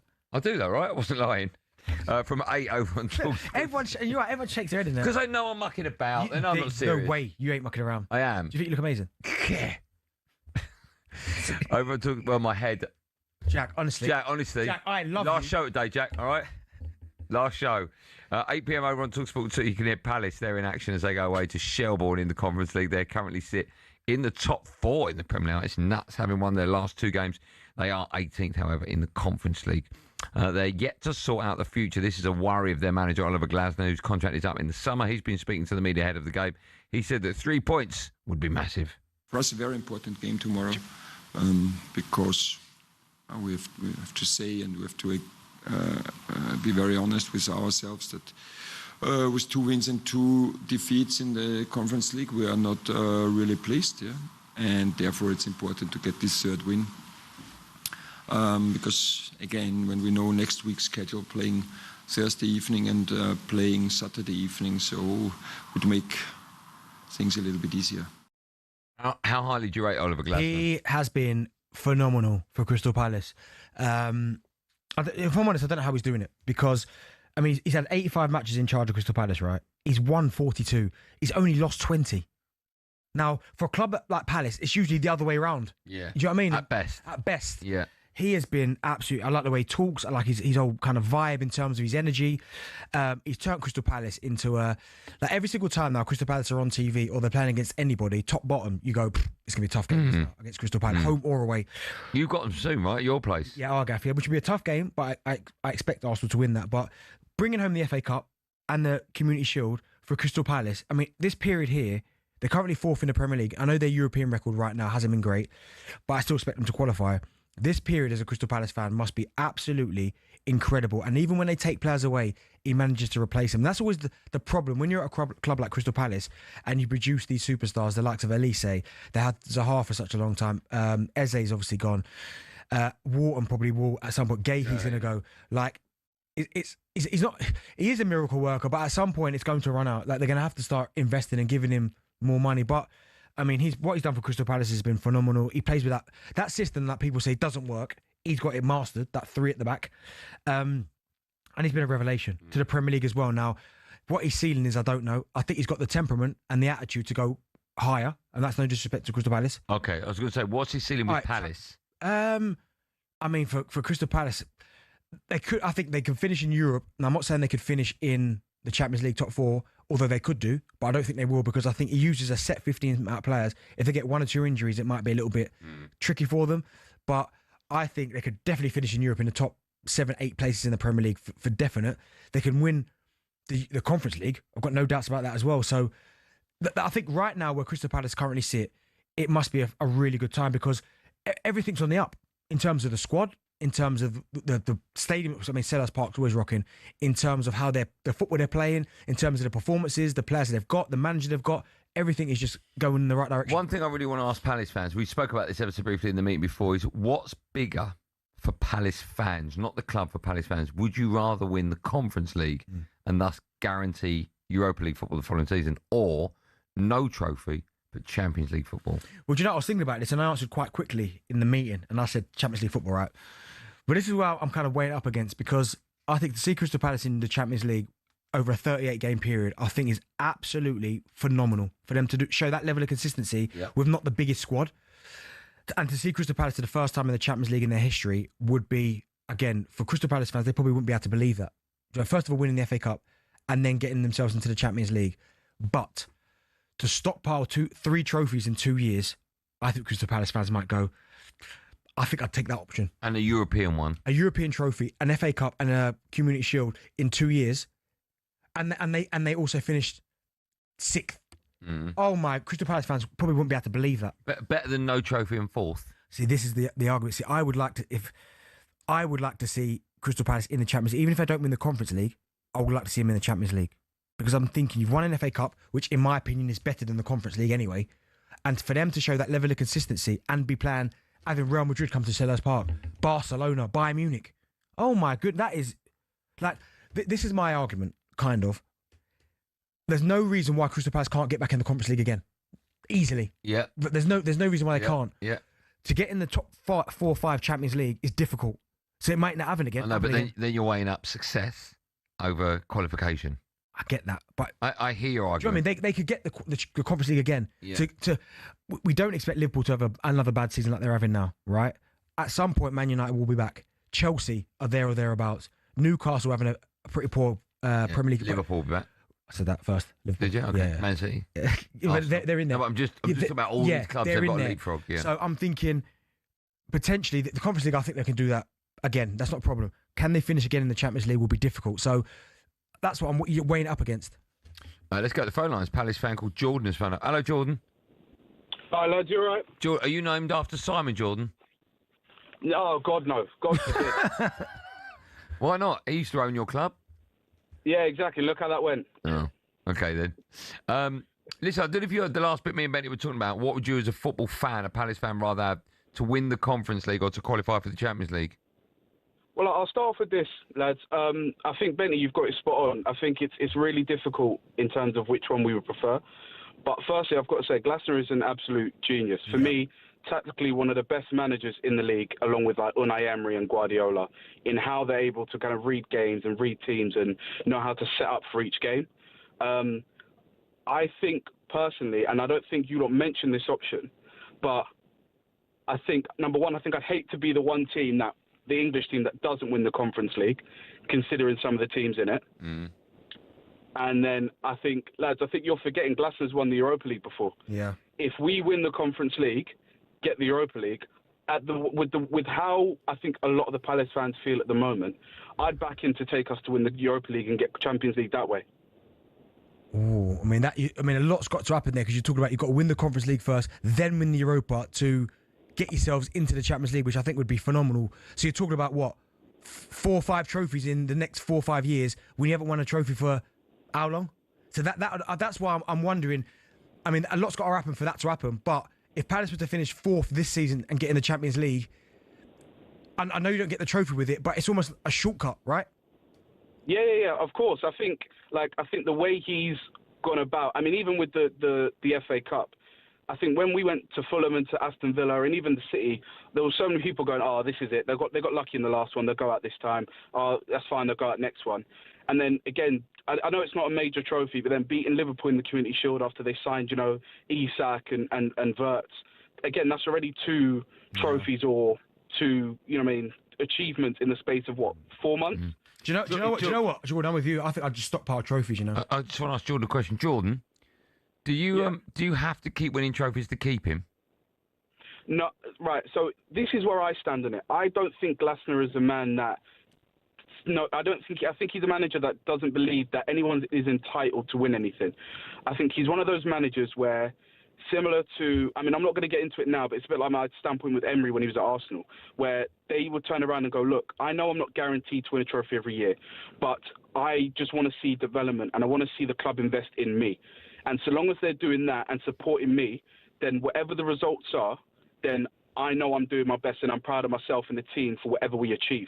If the club don't support him and the club don't invest in him, which hopefully they should do now with the new owner that we've brought in the summer, then he's going to turn around and go, "Well, hold on, I haven't achieved what I think I could have achieved with this team. And it's not because of my ability or the players' ability, but more because the club haven't properly supported me." Okay. Well, good call. Jordan, we spoke to you before? No. Okay, make sure you call us back again. You know what you're talking about. Thanks, pal. Cheers, fellas. Thanks, Jordan. It's interesting, that debate, isn't it? But what's more important to your club? I think... You going conference? I'm stockpiling trophies. Are you? Because, again, this period might not come for Palace. Again, yeah, I agree. Taken. If you can win the Conference League and then back it up... You don't want to look back and go, do you remember that year we qualified for the Champions League? Yeah. You want to go, do you remember that year we won? No. Do you remember those couple of years where we won the FA Cup, won the league... Conference League, and we also won the Community Shield. Yeah. And finished 6th. Yeah, that's a better season. Palace fans, you answer that question. What's bigger for you? Is it qualifying for the Champions League or winning the conference? Would you say that United now? and also, what? Winning the FA Cup, win the Conference League, and then finish 6th. It's the 6th thing that gets me. We finished conference thing I don't care about. You finished 17th or something last year. That's why I said 6. That's why I said that's the conference don't care about. FA Cup, I love the FA Cup. So you take that then? Yes. Okay. I would. All right, would you? No. You haven't won silverware since how long? 5 or 6 years. There you go. No, I'm taking that though. Okay. Arsenal 6th from where they are now. No. Give it a trophy. No. Mm-hmm. No. £1 billion spent, no trophy. 03717223344 Palace fans, what's most important to you this season?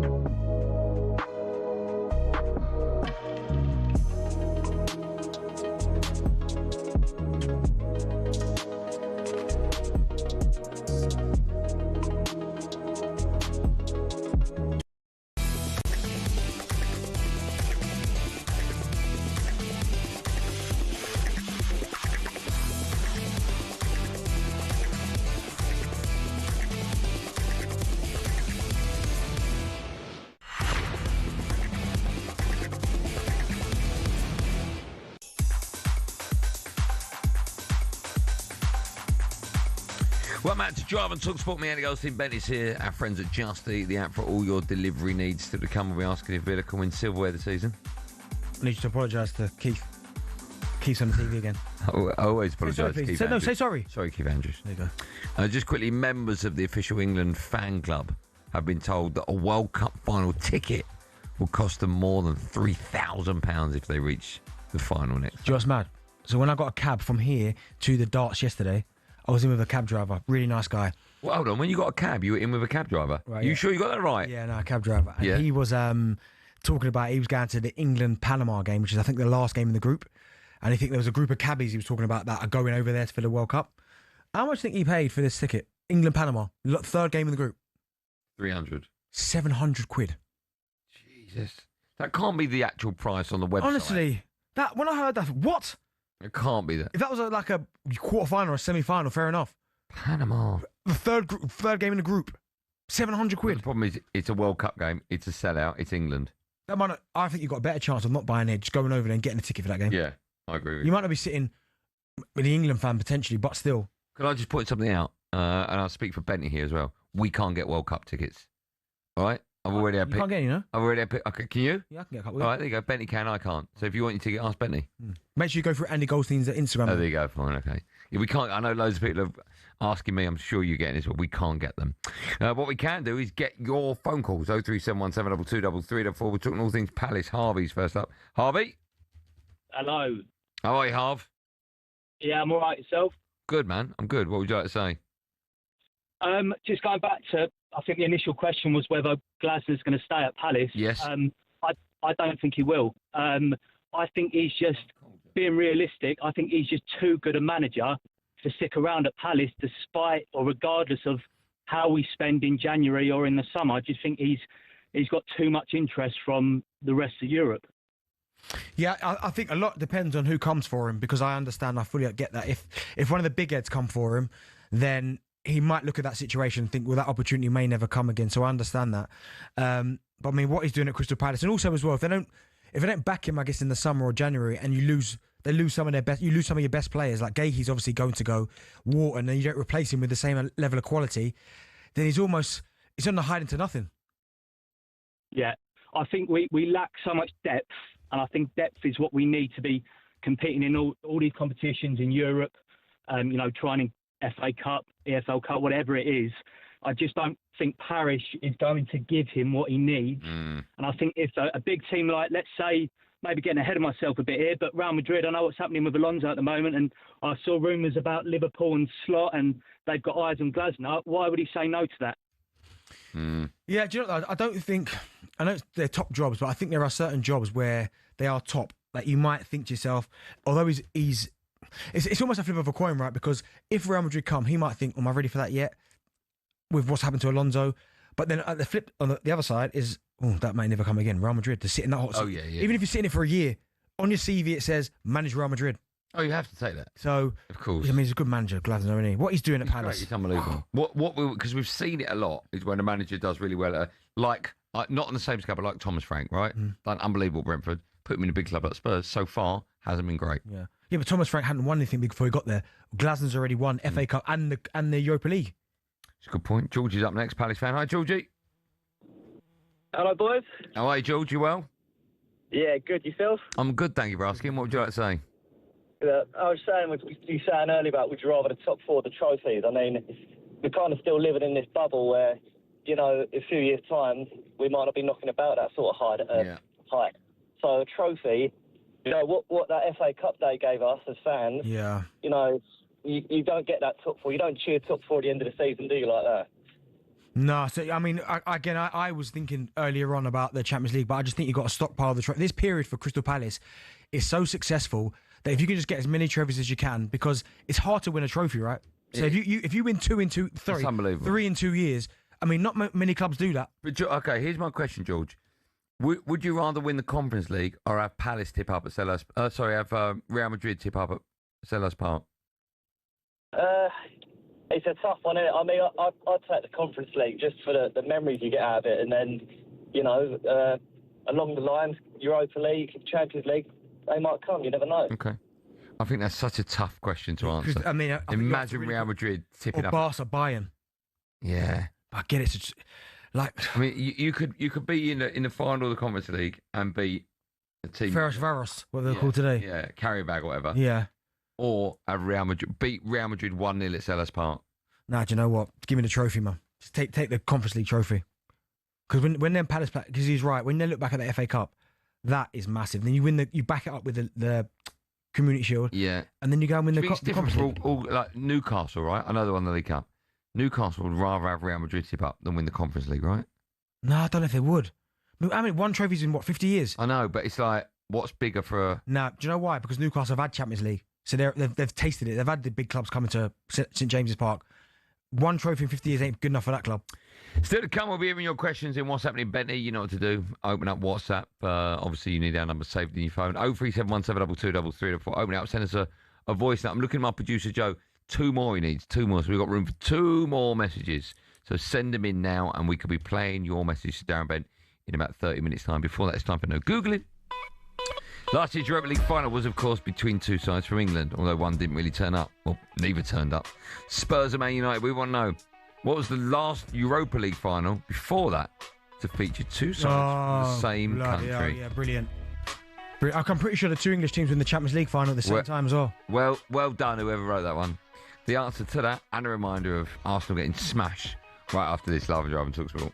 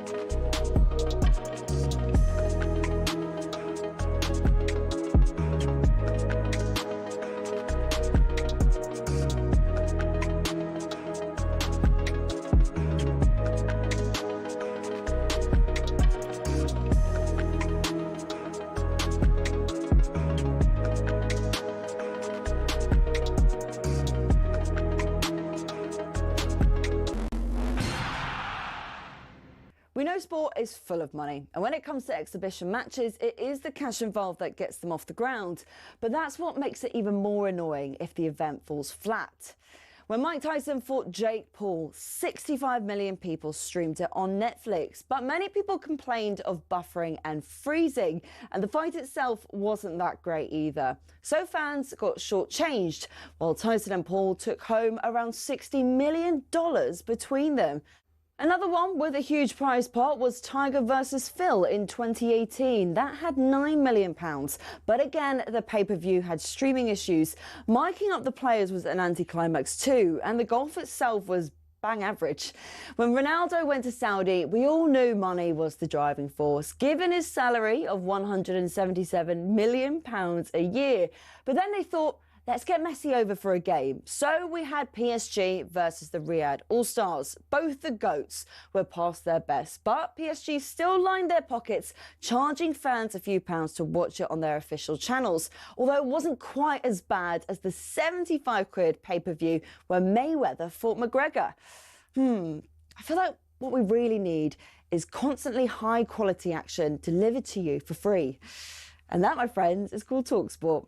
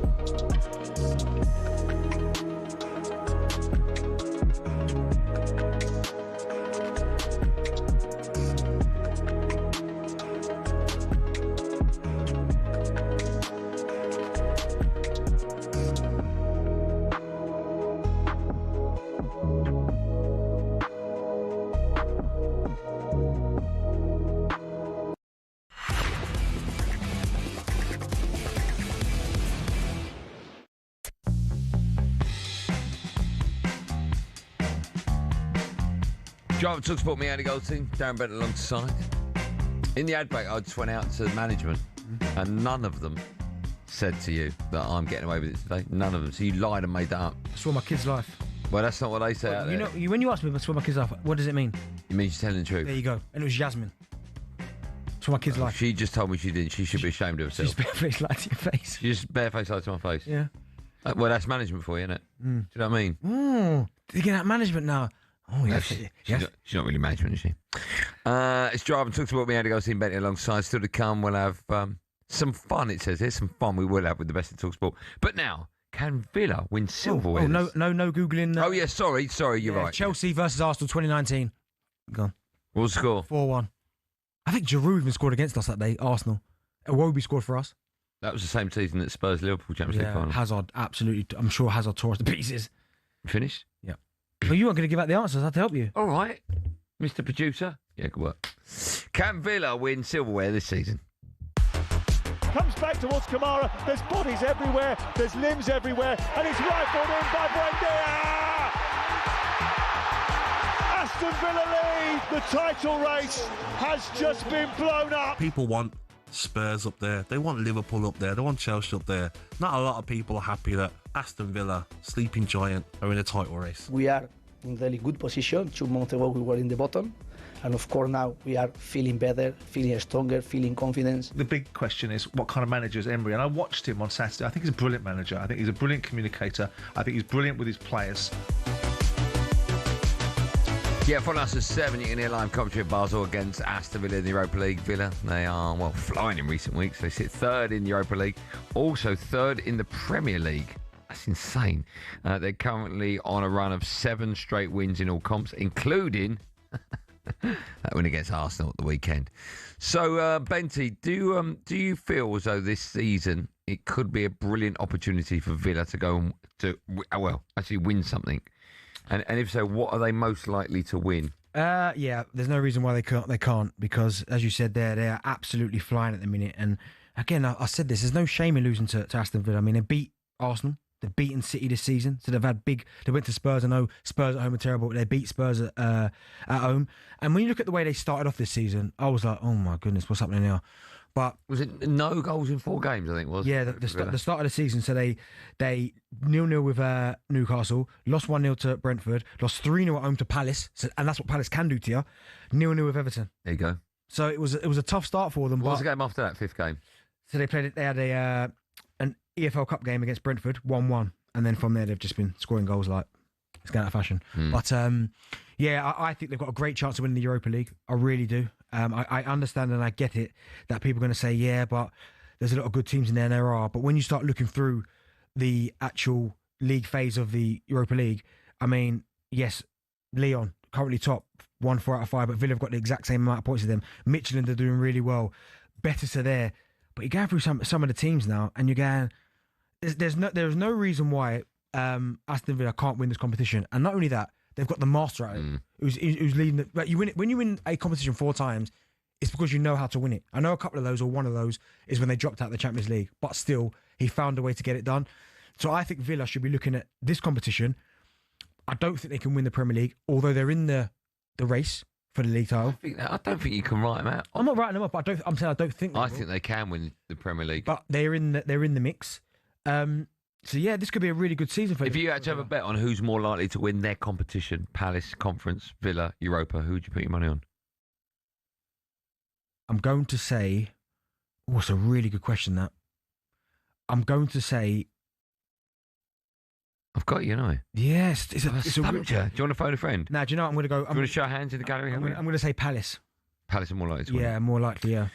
Do you think that Villa need to spend in January then to secure that Champions League football if they're this close to it? I do feel as though a lot of clubs, when we get to January, will assess their situation and maybe start spending or not. Well, it depends what they've got to spend. If there's not a lot of money, what can they do? They have to try and, if they're going to move players on and bring money in, then that's the way they're going to have to do it. But again, as I was saying yesterday, I just can't see Aston Villa. I'm not in charge of their finances, but are they going to have 150 million to spend? Probably not. They're going to have to generate the money from selling players. Yeah.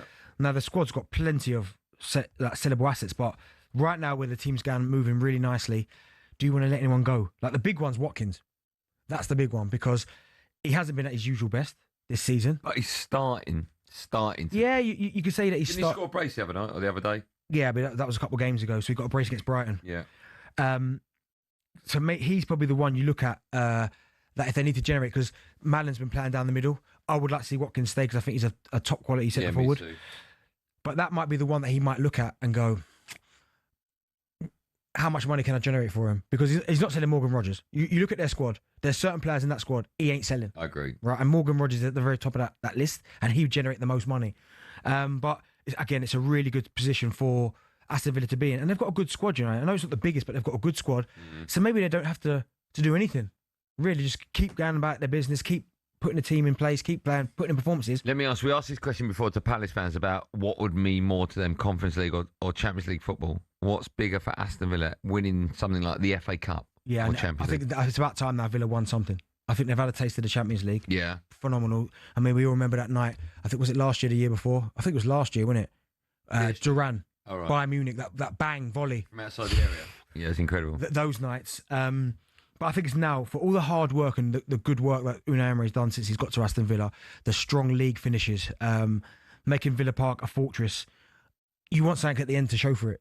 Like we talk about Palace, this period of Oliver Glasner, they can look back at it and go, remember that period, like in, I don't know, years' time, remember that period where we won the FA Cup, potentially won the Conference League if they do win it, and the Community Shield, remember that? Oh, and we finished like sixth, incredible.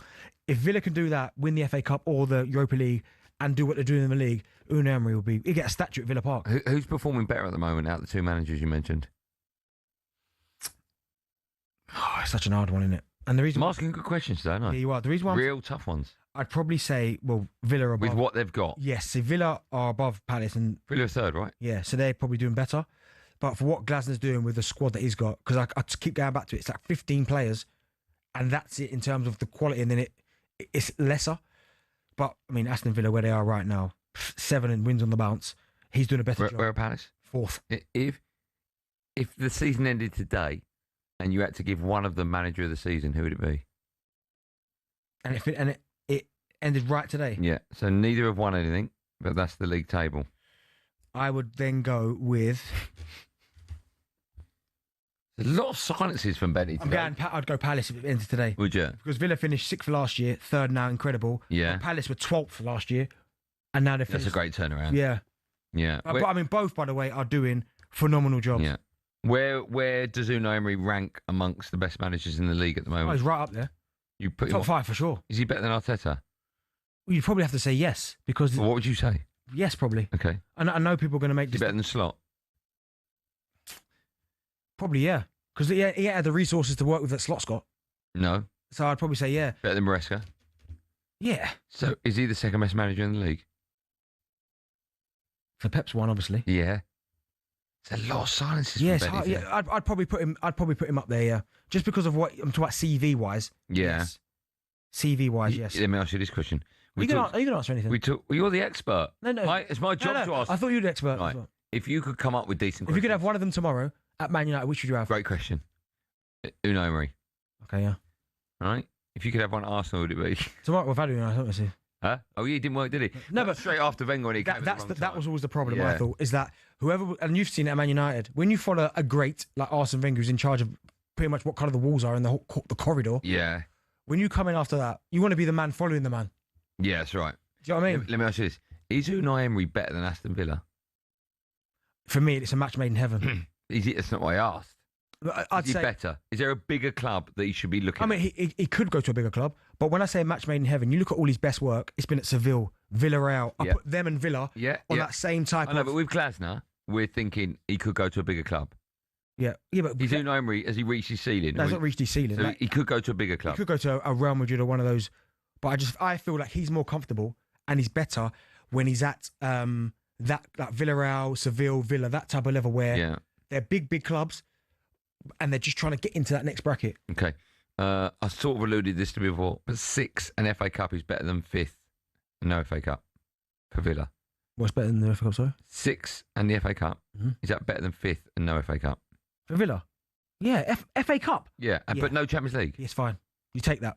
Yeah? Yeah, you take that. That's a big old trophy, that FA Cup. Mm. And I just think for this period... I know, but Villa going back into the Champions League. Yeah, but they've had that. I know that. You need something to show for it at the end of it. Yeah, you do. I mean, you don't want to go, remember that period under Unai Emery, we finished 4th a couple of times, brilliant. But when you say you need something to show for it, right? I agree with you. Mm-hmm. What clubs don't? What do you mean? Like Arsenal don't need something to show for. Of course they do. No. Arsenal would not give up Champions League for FA Cup. No, I get that. They don't need something to show for it. But Arteta needs something to show for it in this period that he's had. So he needs to show everyone the money that he spent is... Yeah, but he doesn't in terms of FA Cup. No, Arsenal have to be in the Champions League. Yes, what I'm saying. So he doesn't. Pep doesn't. Is there anyone else that's in that? Or is everyone else trophy over top 4? No, because I think Liverpool are in that, no? No. Liverpool don't want an FA Cup. They want Champions League football. Yes, I'm saying. So they're in that. No. Oh, okay. Chelsea? No, Chelsea need Champions League football. So they don't. But you are talking about clubs that, like Chelsea, they just stockpile trophies. Wherever they're in, they win it. No, I know, but I just wonder where you put these clubs. They need to be in Champions League. Which clubs are basically bigger than winning the FA Cup but need Champions League? No, I don't think clubs like City, Arsenal, Liverpool, Chelsea. I'd put. I know you're gonna laugh. Man United. No, not now. I think those 4 don't prioritise at the start of the season. No, of course FA Cup, they go Champions League. Yeah. Of course, at some point... We don't want FA Cup over the Champions League. Oh, no, of course, Man United have to be in the Champions League. That's what I'm saying. So we're in that bracket as well. To. Yeah. But Spurs? No, they'll take an FA Cup then. Over Champions League? Yeah. Okay. Because they've just won the Europa League. Yeah, I think they'll take Champions League. Yeah, they'd want to be back in there, yeah. But you want trophies to show for it, didn't you? Yeah. They don't want to go another, what is it? Last one, Newcastle? Oh, they're trophies, all day, every day. Okay. Still to come on Drive, we'll find out who the Moose has upset this time. Just get on with it. We've got to go home, mate. We've got a 5-hour bus trip. Come on. Yeah, we'll also look ahead to the start of the PDC World Darts Championship tonight. Can't wait for that. 2-2 again for Gabby Bono. He's hit it. Goldstein is gone. Yeah, weird that you had 5 left. And we'll hear your voice notes on what's happening, Benty.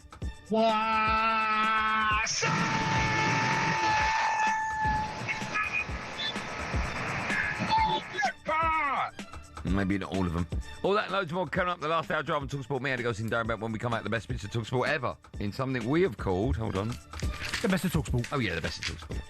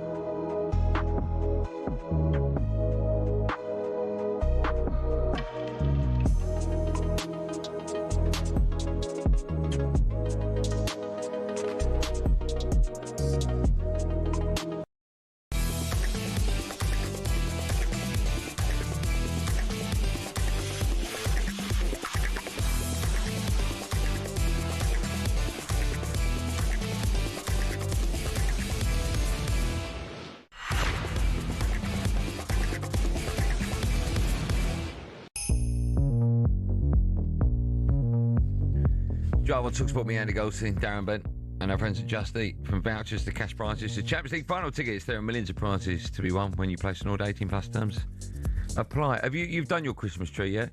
Yeah. Who put your baubles out? I got them out.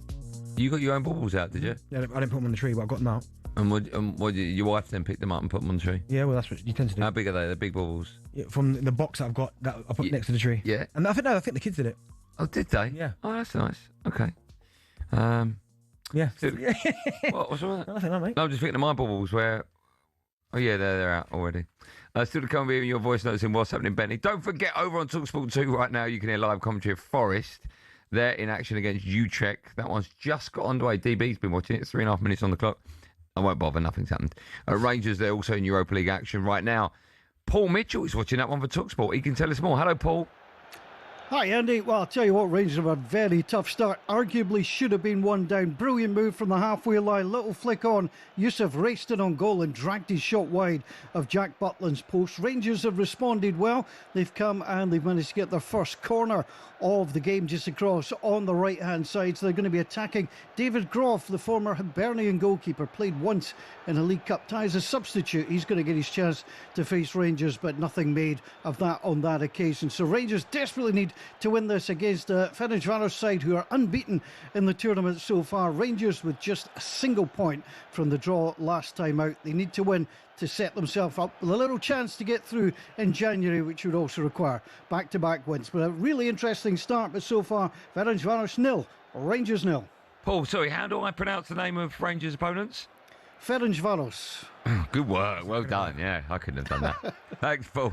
Pleasure, Ed. Right, talkSPORT and Pitch Experiences are giving you the chance to experience the event of the year, the PDC World Darts Championship at Ali Pali on the 23rd of December. You and three mates could be living it large with platinum seats, fine dining, a complimentary bar and exclusive access to the 501 Lounge with Russ the Voice Bray. Then it's straight to your Prime Arena table for the best view in the house. Get ready for an unforgettable Ali Pali experience. Here's how you can enter. For your chance to win, text the word DARTS to 83338. That's DARTS to 83338. A text will cost you £2 plus your standard network rate. Or if you want, you can call 0343 421 7508. Lines close at 4 p.m. on the 18th of December. That's when you'll need to answer your phone if it rings. 18 plus and UK residents only. For your chance to win, text the word DARTS 83338. Now, this is a network promotion. For full T's and C's, visit talksport.com. Time now for this.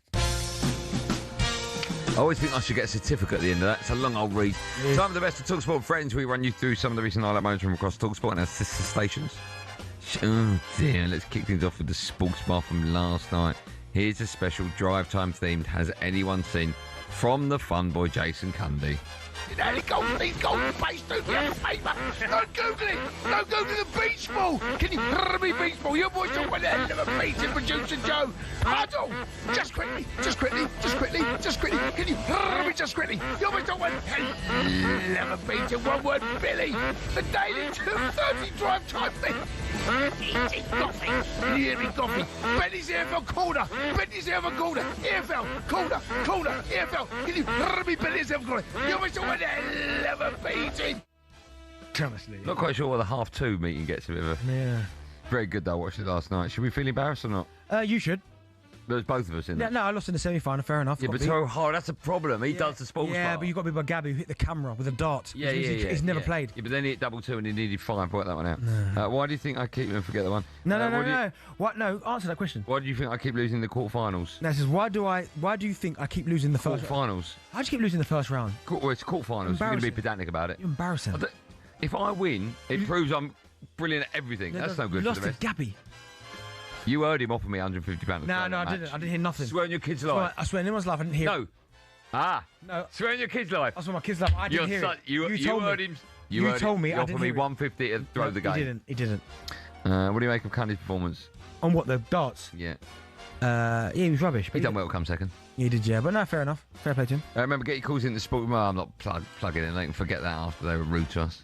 Sticking with the darts, here's the man who smashed Andy, the former Watford loanee, Gabby Agbonlahor, reflecting on his big win on this morning's breakfast show. My dad used to say to us when we were kids, me and my two brothers, when we were trying everything, he used to say, Jack of all trades, master of none, but in a negative way of like, you try everything, but you're not mastering anything. That's Andy. He hasn't really got a skill in life. You know what I mean? What's he good at? We were all trying to figure it out yesterday. Cundy was like, Gab, I've known you 30 years, mate. You've not mentioned radio. yeah. He's not good at that either, Al. Oh, honestly, that is brutal. But listen, I love the fact I'm getting it from Brazil as well, who described, by the way, as James Bond as Craig Daniel the other day. Oh, I love Craig Daniel. Fantastic. Have you got a response? Well, it's a backhanded comment. I'm honoured. Because if I beat Gabby, I wouldn't mention it because it don't mean anything. But the fact that, it's made his day, I'm honoured. So thanks, Gab. It's very kind of you. Russ Bray said that they start calling your product Gabby's Golden Paste. How do you think that would go? Well, he hasn't got any hair. So that won't work, wouldn't it? Just be Mr. Sheen, wouldn't it, for him? Do you have any hidden talents? Yeah. Go on then. Number Paul, broadcasting. Number Paul, really? Oh, 2 matches? Professional event? What are yours? Yeah, but we're at Butchers. I'm playing Panel. I know. Playing Panel 9 days a week with strangers. Hey, football. That's it. Strangers. Football, paddle, broadcast, there's loads. World Cups. The Breakfast Show returns at 6 a.m. tomorrow. Big Alan Brazil will be alongside Ray Party Parlour. It's finished with the Moose, shall we? Ian Abrahams, new Middlesbrough manager. Kim Hellberg made it perfect. 3 wins from 3 against Charlton last night. He made a new friend after the match. Hey, how are you? Yeah. Ian Abrahams. This is one of the national radio stations. Yeah. One of the best journalists I've got. He would agree with that, I think. Nice one of the best journalists. Just get on with it. We've got to get home there. We've got a 5-hour bus trip. Come on. See you soon, hopefully. So funny. That's so funny. Is Moose the best journalist of all time? Oh, Moose, you there? Oh, hello. Oh, I'll speak to you after the show, mate. I'm still on air. No worries. Okay. Is Moose the best journalist of all time? Yes. Throwing your kids like.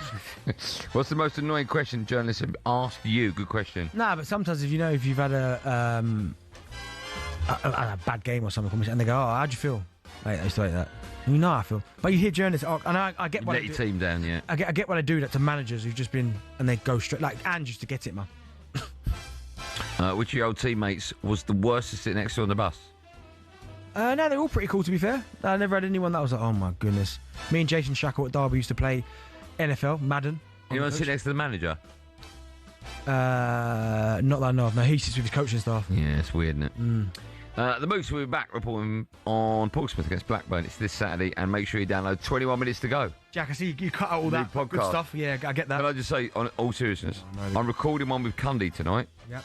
And I always ask people to ask me questions via my Instagram. If you go on the stories, there's a page. If you've got a question for me and Cundy for the top of the show, for the podcast, 21 Minutes to Go, Andy Goldstein 05, go and ask me a question. Just tonight's record. And of course, you can find all of our shows on the talkSPORT, where you can swipe between talkSPORT and talkSPORT 2 in order to stay, so you never miss a moment. When we come back, the last hour of our show will begin with one of my favourite features of all time, Benty.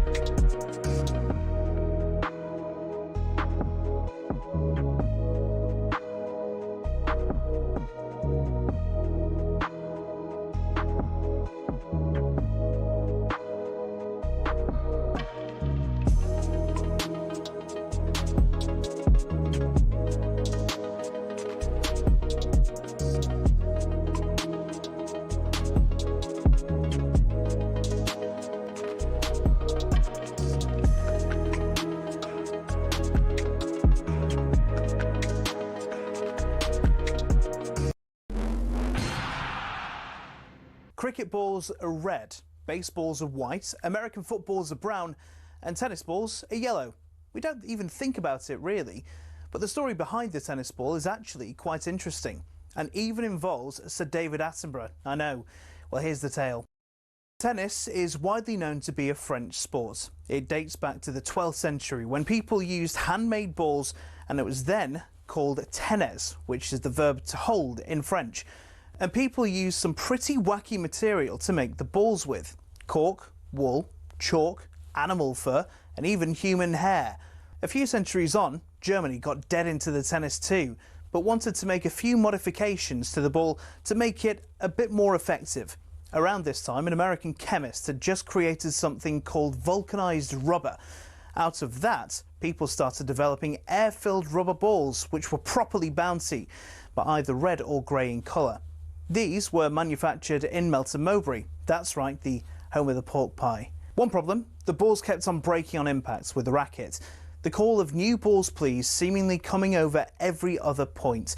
Step forward English lawyer and tennis enthusiast John Moyer Heathcote, who suggested balls be covered in flannel to stop them from degrading. And thus the modern-day tennis ball was born. But these were white or black, so how did they become yellow? Well, in 1967, the controller of BBC Two, one Sir David Attenborough, decided the corporation should show Wimbledon on colour TV. He got his wish, and it was wide into people's homes across the country. The only sticking point, the white balls were nearly impossible to see on the screen.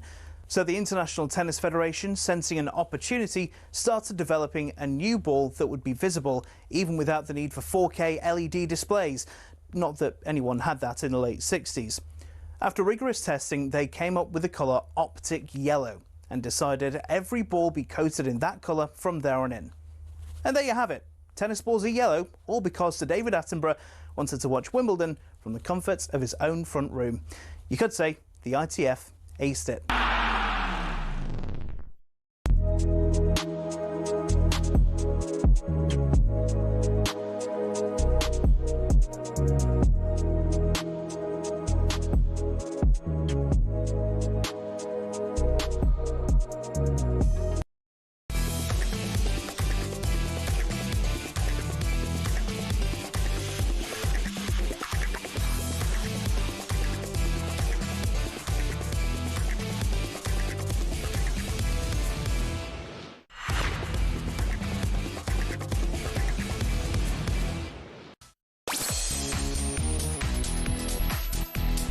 Well, Matt, to last hour drive and talk sport with me, the Housewife's favourite, and Darren Bent, who let everyone down yesterday. Are you behind the McSpicy? Sometimes. Still to come, we'll be looking ahead to the start of the Darts World Championship tonight. But first, right over on talkSPORT 2. You can hit Utrecht against Forest in the Europa League. Score is currently 0-0. Shall we have a listen in with your commentators, former Chelsea defender Scott Minto, alongside Adam Bridge? I think we should. £26 million he cost from Ren, of course, as we welcome listeners to talkSPORT. We are 16 and a half minutes into this game, and we're just watching a replay on our monitors of where Forest should really have taken the lead. Alexander Zinchenko with the opportunity from about 8 yards out. It still remains 0-0, and Utrecht have been under lots of pressure, one headed over the bar, and Scott Minto, it's been a really, really strong start from Forest. Do you know what? Forest could easily be 2, perhaps even 3-0 up in his first 17, 18 minutes. Very positive. Utrecht have tried to press high when they haven't had the ball, but it's been Forest who have been very much on the front foot. And they are again now. Abbott towards the edge of the penalty area. Just lays that ball off to the left-hand side. Is the man who's guilty of the worst miss of the lot. Zinchenko from about 8 yards out. That clearance goes to Dominguez. McAtee at the edge of the penalty area tries to spin his way through, and it's nodded back towards halfway, and Murillo has it once more. I'm being in the left-back union. I'm not going to give Zinchenko too much stick, so I'm glad you said that, because that was a horrendous miss. Indefensible would be the phrase I would think of, given that. We've almost had 18 and a half minutes here. The game live over on talkSPORT 2 right now, and it remains Utrecht 0, Nottingham Forest 0. Great work, Bridgie. Thank you for that. Right, time now for this. Benty, what's up? Oh, Benty, what's up? What's up, Benty? What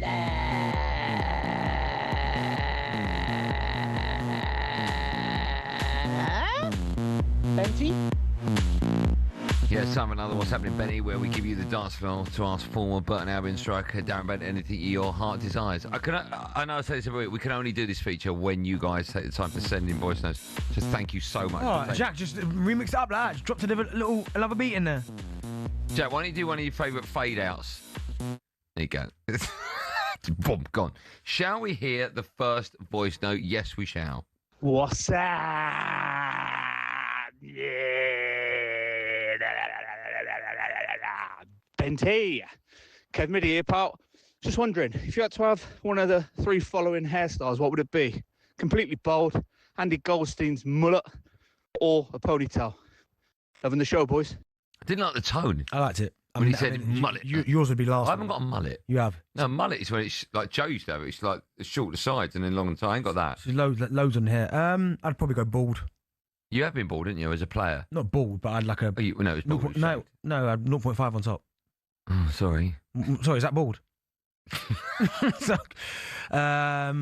Why don't you do it anymore? You were so thin then, by the way, weren't you? Oh my goodness! I sent Joe a clip of me playing Ipswich today. Yeah, I mean, you got a fun life, you too, didn't you? Jeez, you're so sad. No, because someone said sent him a clip of you playing for Ipswich. Someone said to me, so I said to Joe because Joe was at the match. So sad, you two, weren't you? Oh, here's a picture of me playing. Oh, did you score? So dull, honestly, you two. Anyway, I'd go bald first, in the ponytail, then yours. I hope you go bald first. You would never go ponytail. I'd go ponytail for that on your end. Mate, I don't know why this is unbelievable. It's not, mate. You got like a quiff going on the front. What's going on with that? I'm having it cut on tomorrow. Thank goodness for that. We going home base. You'll be going home in a minute. B&Q. Why are you being so rude? Go on, I'm ready. Well, no, I don't like your tone. Oh, but you didn't like his tone either. No, I didn't like his tone. You're sensitive today after what happened yesterday, ain't you? No, I keep forgetting about it. No, you don't. Mate, you lost. I don't know why you're celebrating your loss. I got beat. Fair enough. I got beat by the bet. You got your backside handed to you on a plate. And Gabby, who can't hit the camera. That tells you need to know. Right, time for the next one. Was Benty, Simon from Leeds. Was there anything you saw in the States that we desperately need here in Britain that we haven't got? I'll tell you now, we was at this, was it Tom's Watch Along Bar? Tom's? They brought me out this dish, right? I think you just added the word long in for no reason. Watch Along Bar? Tom's Watch Bar. Watch Bar. They brought me out this dish, man. This corn, it's going to be food, then. This cornbread pancake. Yeah. With that crispy chicken on top with maple syrup. I promise you. It was so nice. Probably the best meal I had in America. And I had buffalo wings quite a lot. But that cornbread pancake with the fried chicken on top. Honestly, when I was eating it, I remember thinking... You ate so much food out. It doesn't get better than this. I'll tell you what I would bring back from America. Blocks. No, I wouldn't. I like the fact that you go like, yes, 8 blocks up. And you just no, walk but I like that because you look down, it's like the street's really long. You say, I like all that. No, I gave you pros and cons to that, though. Oh, sorry, Mr. I'm in charge of the world. No, but pros and cons. Blocks, love it. Yeah. Traffic, can't move. Yeah, but that was just New York. Okay, so when Washington have blocks? No. Sorry, am I not allowed to answer my own? Well, I don't remember. That's what's up, Andy? Is it? Oh no, it wasn't. Was it? No. But no, yeah, I'd bring back a cornbread pancake with fried chicken on top. Very good. Okay, finish. On to the next WhatsApp for Benny. Benty, what's up? Benty, do you, when you put your shoes on, put one shoe on, one sock on, next shoe on, next sock on? Or do you put both socks on, both shoes on? This is from Anto, the Everton supporter from the Falls Road in Belfast. Can I just add to that? Do you always do it in the same order?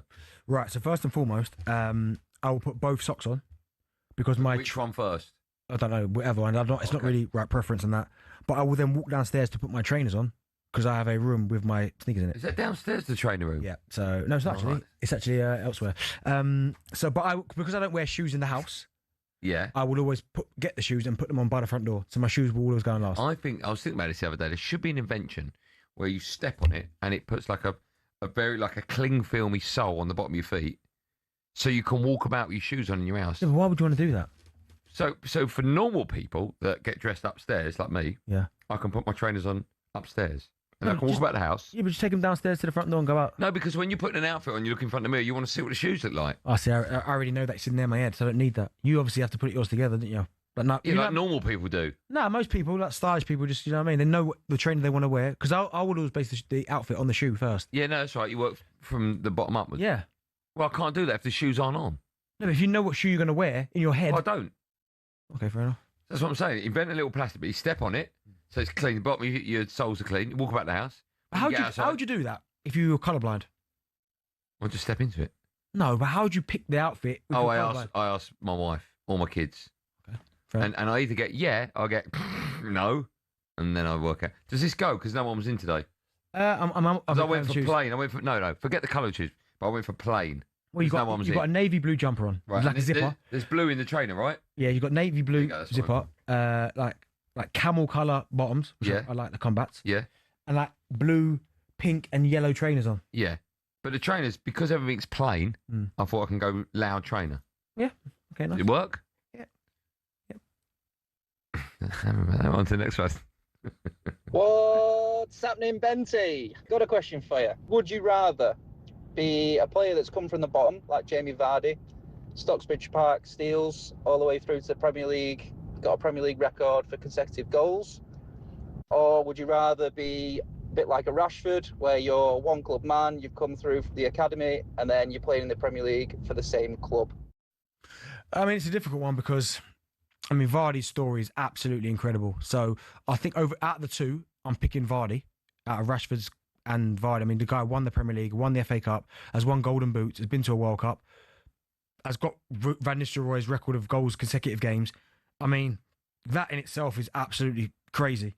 So I think out of the two, I think I'd have Vardy's. Would you rather do all that or play for Barcelona? What, and have like just play for Barcelona? No, I'm taking Vardy's, man. Would you? The guy won the Premier League. Okay. All right, shout me. FA Cup. One of those, man. When you think about his period in the Premier League, he might be one of the greatest rags to riches stories ever for a footballer. Wow. Yeah. Player of the month. Football writers. He gave up England way too early as well. Yeah, but I get why he did it. Because he weren't getting no game time. No, I know he weren't. But still. He was getting played from the left. Yeah, no good. But no, yeah, Vardy's career. Good questions, everyone. Let's find out what the next one is. What's happening, Benty? Matt here from South Wales. If you had a choice, what would you rather do? Enter the Darts World Championships and win, or a season with the Eagles and win the NFL? And Goldstein, what a disgrace for Drive yesterday. Up the gab, father. That is the best. Block him. Can you block him? Block him. That is Block him. unbelievable. No, I don't need that. Block him. You've done it, thanks. That's unbelievable. Someone's put here, by the way, in the medical. Oh, here we go. I think Andy means slippers. Just put slippers on in the house. No, because I want to put the trainer on to see what it looks like with the outfit. No. No, that's the answer to that question. I would rather.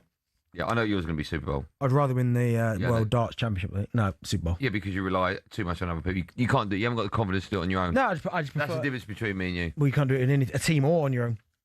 I would rather, with the Eagles win a Super Bowl. That'd be incredible. That. It seems Rangers can do it on their own or not, because there's been a goal, but I don't know which way it's gone. Paul Mitchell can tell us more.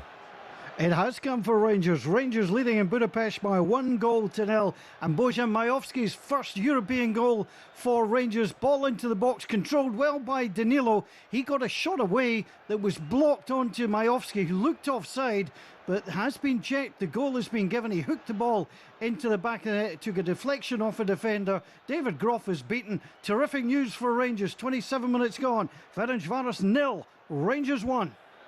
Good work as always. Thanks for that, Paul. Should we go on to the next one? We're flying through them. These are good questions. Please, Jack. What's up,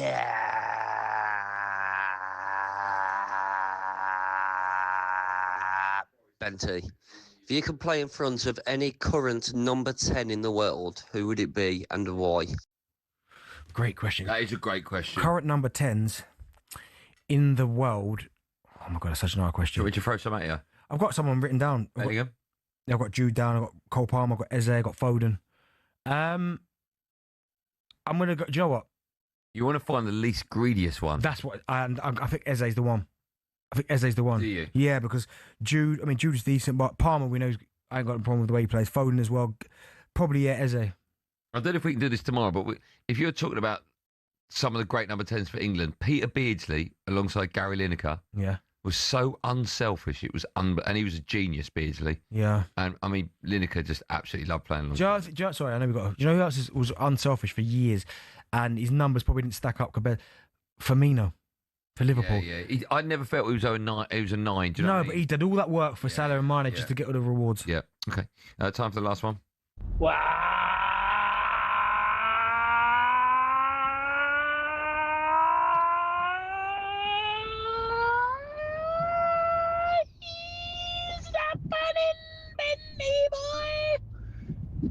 Lee here on the M25.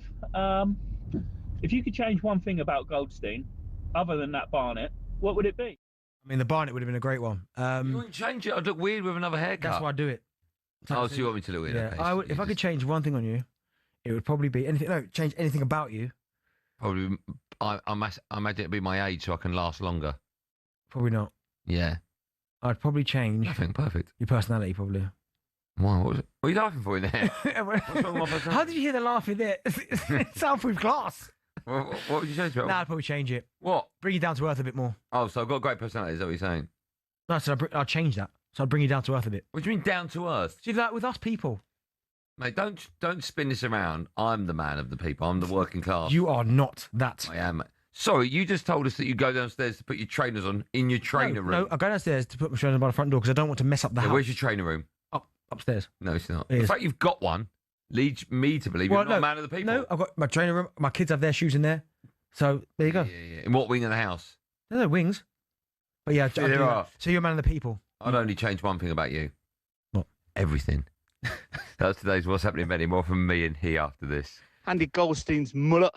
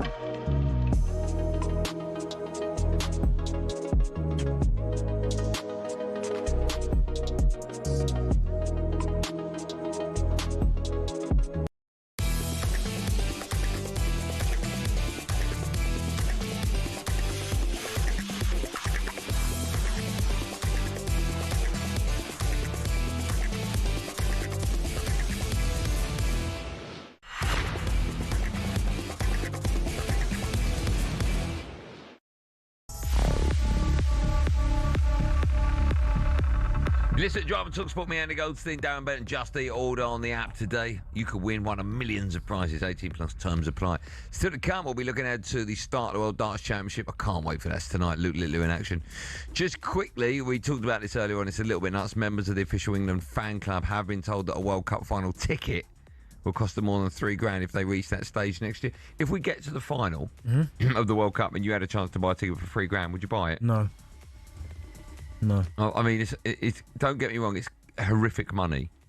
But, I mean, you ain't ever going to see England win a World Cup more than once. Well, I generally pay the $3,000 and don't win it. No, I know. That's the dilemma. Nah, I just watch it. I watch it from... Where would you watch it? Well, it depends. Like, if you're over here, would you just watch it at home with the family? Or would you just watch it at home. You can't really watch football in pubs, can you? It's difficult. Yeah, because you might not get a good seat. You're like, nah, I'd watch it at home. You need comms as well. Don't forget, we're on talkSPORT 2 right now. You can hear live commentary of Nottingham Forest and their Europa League clash with Utrecht. That one has just gotten underway. Rangers, they're also in Europa League action. Let's get the latest from Paul Mitchell, shall we? Oh, no, we'll do that in a minute. Oh, is he there? Can we go now, Paul? Are you there?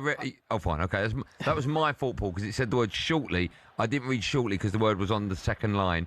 So I thought we were going to do it now, but we are doing it now because you're there. So, Paul, can you tell us the latest score, please? Andy, I'd be delighted to. As Ferencváros 0, Rangers 1.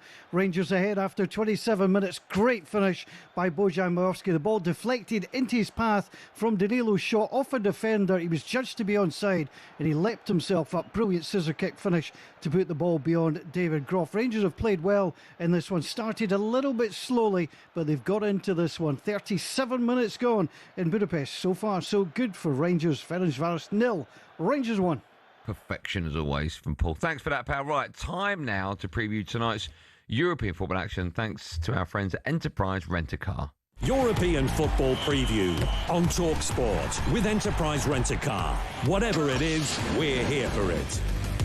And we can start with a game that I don't think we've touched on yet. See Celtic, they host Roma tonight in the Europa League. What a good game that could be. It will be manager Wilfried Nancy's second game in charge. He lost his first 2-1 at home to Hearts over the weekend. Speaking ahead of tonight's game, he said he's not planning any drastic changes. We have a good base already. So my job is not to change everything. My job is to add certain things, certain nuances, offensively and defensively. This is, for me, the only way to be able to be coherent.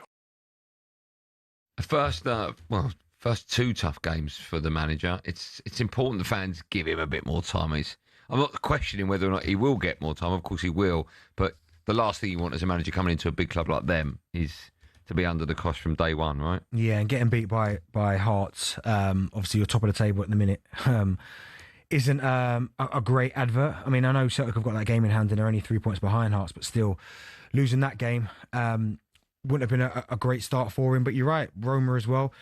This evening, going to be a difficult one, although Roma have lost their last two as well, so they'd won 4 straight before that, but losing their last two gives them a chance. But the only thing I'd say about this game is that they're at home. And Celtic, with that crowd, I mean, European You'd think so, yeah. You'd think so. But it never really works out the way. And listen, I can't sit here and act like I watch Scottish football all the time because I don't. But have you got a Premiership Plus? Premiership Plus? Yeah, Scottish Premiership Plus. SPR Plus. That's what it's called. Plush? Yeah, Plush. Oh, right, okay. So, yeah, it's going to be difficult. But I look at Celtic and I certainly look in this European competition and I'm looking at the teams that are in there. And we spoke about Aston Villa already. I mean, Celtic are 22nd. Like, I'd like to think they're better than that. Do you know what I mean? Are you sure? I've got 21st. Are they 22nd? They're 22nd, right? Oh, okay. Oh, because there might be a game going on as we speak. Oh, okay. So, yeah, currently as it stands right now, they're 22nd. That's no good, is it? Not good, no. How important do you think a good campaign in Europe for Celtic is? Well, for so long, like me looking in from the outside, is that I almost feel like for the last few years, it's been Celtic winning the league every single season, right? Other than the one when Steven Gerrard was there. So, but it's either Rangers or Celtic that win the league predominantly. So I always feel like a good European campaign just it helps. Do you know what I mean? Like it helps in terms. They're not going to win it, even though they have won it Celtic back in the day. But they're not going to win it. But I just think it's so important for Scottish football that one, or if not both, are in Europe. But certainly the Champions League. Like I remember there was a stretch of time that I used to watch football when I was playing still, where I was just used to seeing Celtic or Rangers in the Champions League every year. They have come so far away from that I know financially it's not been helped, but to see Celtic back in the top Champions League but competing in Europe, I think is huge. Right, reminder that follow us at 7. You can hear Basel against Villa in the Europa League. 7 wins in a row for Villa. We talked about them earlier on. Do you fully expect another one tonight, DB? I do, yeah. I think they will win. Yeah, they will. Okay, that's what you want to say, yeah? No, we talked about them earlier. In fact, I'd rather get more of your view on a game you can hear on talkSPORT 2 tonight, Shelbourne against Crystal Palace in the Conference League.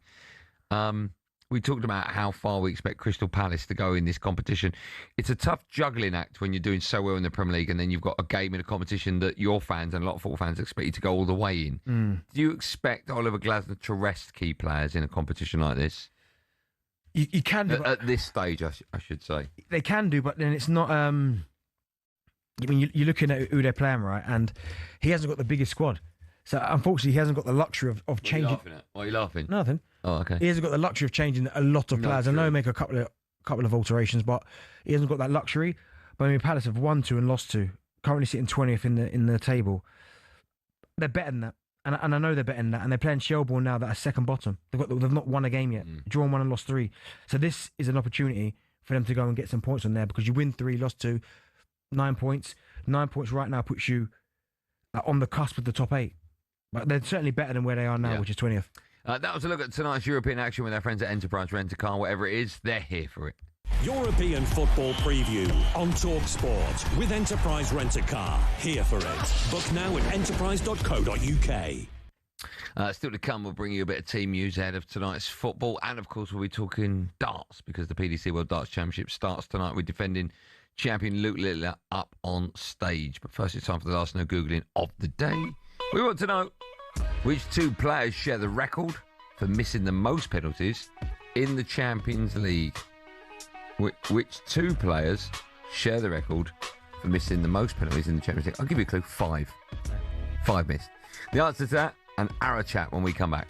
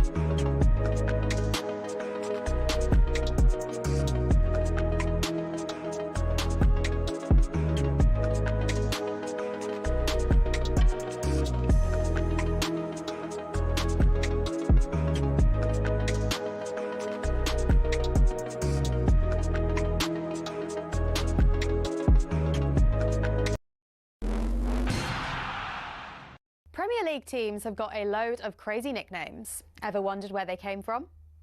Some are pretty straightforward. Arsenal are the Gunners because they were founded by a group of munitions workers, and Bournemouth are the Cherries because their old stadium was built right next to a cherry orchard. Then there's Everton. They're dubbed the Toffees, but why? Well, because when the club was formed, just down the road there were 2 local toffee shops. Ipswich Town nicked their nickname off their opponents in the late 90s, Birmingham. The term Tractor Boys was chanted as a way to tease the team about their farming background, but they started using it themselves as a way to cheer on the team in victory instead. Take that, Birmingham. Let's head to Leicester, famous for more than just a red, well, orangey cheese and Jamie Vardy. Leicestershire's also the birthplace of fox hunting, hence the Foxes. Crystal Palace's nickname came from an extreme makeover. They were having a nightmare run in the 70s, and when they were relegated, their manager, Malcolm Allison, wasn't having it. I know what'll make us better, he thought, a new nickname. The Strong and Deadly Eagle sounded like a pretty good bet. And there's more to that story. Brighton used Palace's nickname to inspire their own.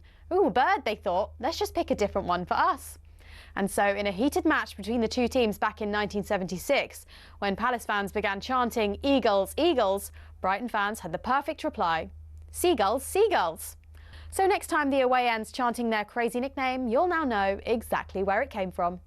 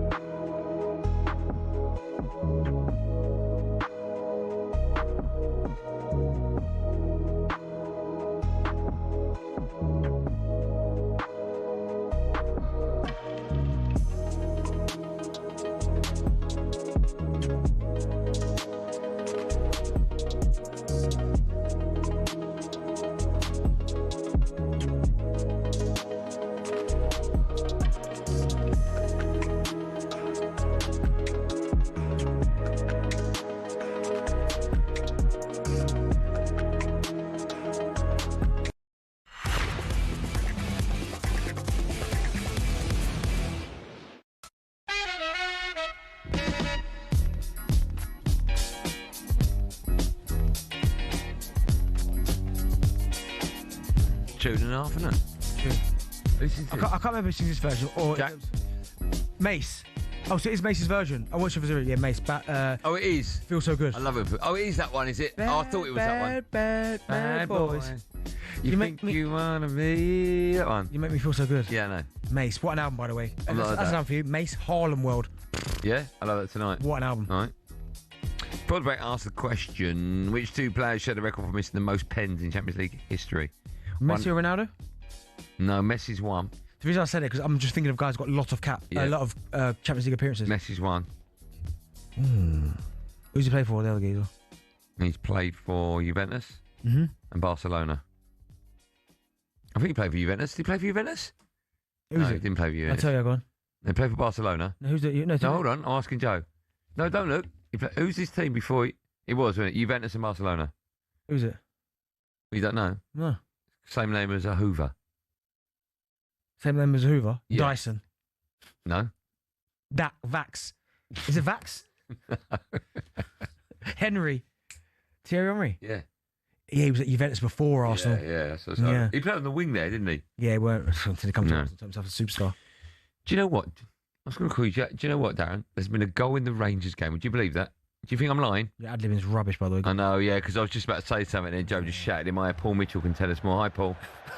Hi, Andy. It's bad news for Rangers. Ferencváros have equalised in stoppage time in Budapest, and the goals come from bench Erdős getting his first goal of these league phase of the campaign. Brilliant play from Ferencváros down the right-hand side. They built the move beautifully. The cutback came in from Cisse, and from 12 yards out, he rolled it into the corner net. Rangers tried to get a block on it, but it was right into the corner. It's been a pretty even game, therefore it's going to be no surprise that at half-time with Ferencváros 1, Rangers 1. Good work, Paul. Thank you for that. A reminder, following us at 7, Natalie Sawyer hosts live Europa League football as Aston Villa go to Basel. You, of course, know Natalie for producing the biggest upset in talkSPORT darts history, Robbie. No, that was yesterday when Gabby beat you. Years. I saw Natalie Sawyer throw Time now nice to look ahead to the darts. Straight. She didn't hit no camera, so that's the biggest yours. It's good that it doesn't eat away at you. Time now to look ahead to the darts with Village Hotels. PDC World Darts Championship update on talkSPORT with Village Hotels. Hit the bullseye this Christmas with a darty party at Village. Enjoy flights of festive fun with our interactive darts lanes. Available at locations across the UK. Oh, I can't wait for this. The PDC World Darts Championship gets underway at Ali Pali tonight, with every single session this year live on the talkSPORT app and the talkSPORT Darts YouTube channel. I'm going to go through the games tonight. You can tell me a bit about them. No. First up is Kim Huybrechts against Arno Merck. Yeah, no idea. Well, just talk about them. How can I talk about it? I don't know. Talk about like you do when you're F1, where you haven't got a clue, but you pretend. Yeah, Murky. He's he's a good darts player. Yeah, it should be a good game. That fascinating. Michael Smith, Smudger. Joe, I like Michael Smith. He's got Lisa Ashton. Yeah, I like Smudger. Wasn't she in Friends? That was Lisa Kudrow, wasn't it? No, but yeah, I like Michael Smith. I know he's had a bit of a tough time over the last couple of years. Did he get to a final? He won a world championship. He beat Van Gerwen. In that, we were there. No, Michael Smith won the one where it's like the best leg in darts history. I can't spake. That's when he beat Van Gerwen. Was that the final? Yes. It wasn't. Yeah, it was, yeah. Well, the greatest leg in darts history was I Can't Spake was the final. Yes, and he won that, yeah. Michael Smith. Do you know what? Where do you reckon he's ranked in the world now? He's down there, 30th. Yeah, 28. He's had a tough couple of years, though. But I love his throwing style as well. I tried to adopt that myself. Luke didn't work last night. Luke Littler, world #1, world champion, up against Darius Labanaskas. Well, do you know what? Littler knows his darts, didn't he? Because he picked you to win it. Good one. Littler wins that. I just feel, first of 3, you could get an upset. If he gets beat at that, is that the biggest upset in darts history? Well, years and years and years ago, Phil Taylor's defending champion. Halfway through his 16, he got knocked out in the first round against an absolute no one. I only know that because that was part of my accumulator. He was about 16-1 on, and I put him in it. He lost and it killed it. So I know that's happened before. That won't happen to Littler. You just got to get off to a fast start. Yeah. Madaras Razma against Jamie Vanden Herk. Well, you know, How did you see that one going? I don't even know who you're talking about because I don't even know if you're pronouncing the names right. You pronounce that. Go on then. Bottom one. Madaras Razma versus Jamai van der Herrick. Okay, how do you see that one going? Yeah, Herrick will win that. Yeah, he's a good player, Herrick. Do you know what we should do? Herrick. We should pick. We should have every night. We should pick. You know what we do with the when we pick the scores? See how we get on. The darts legs. Should we do that now? Yeah, I don't know. Okay, all right. Kim Huybrechts against Arno Merck.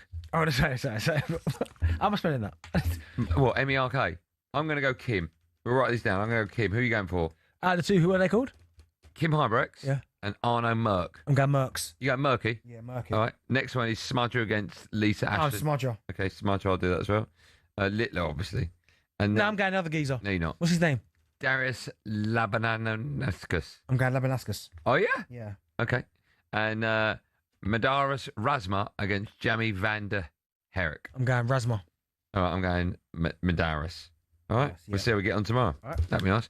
By the way, do you know how much the winner gets for this? What, the whole competition? Yeah. It's in it a milli? £1 million.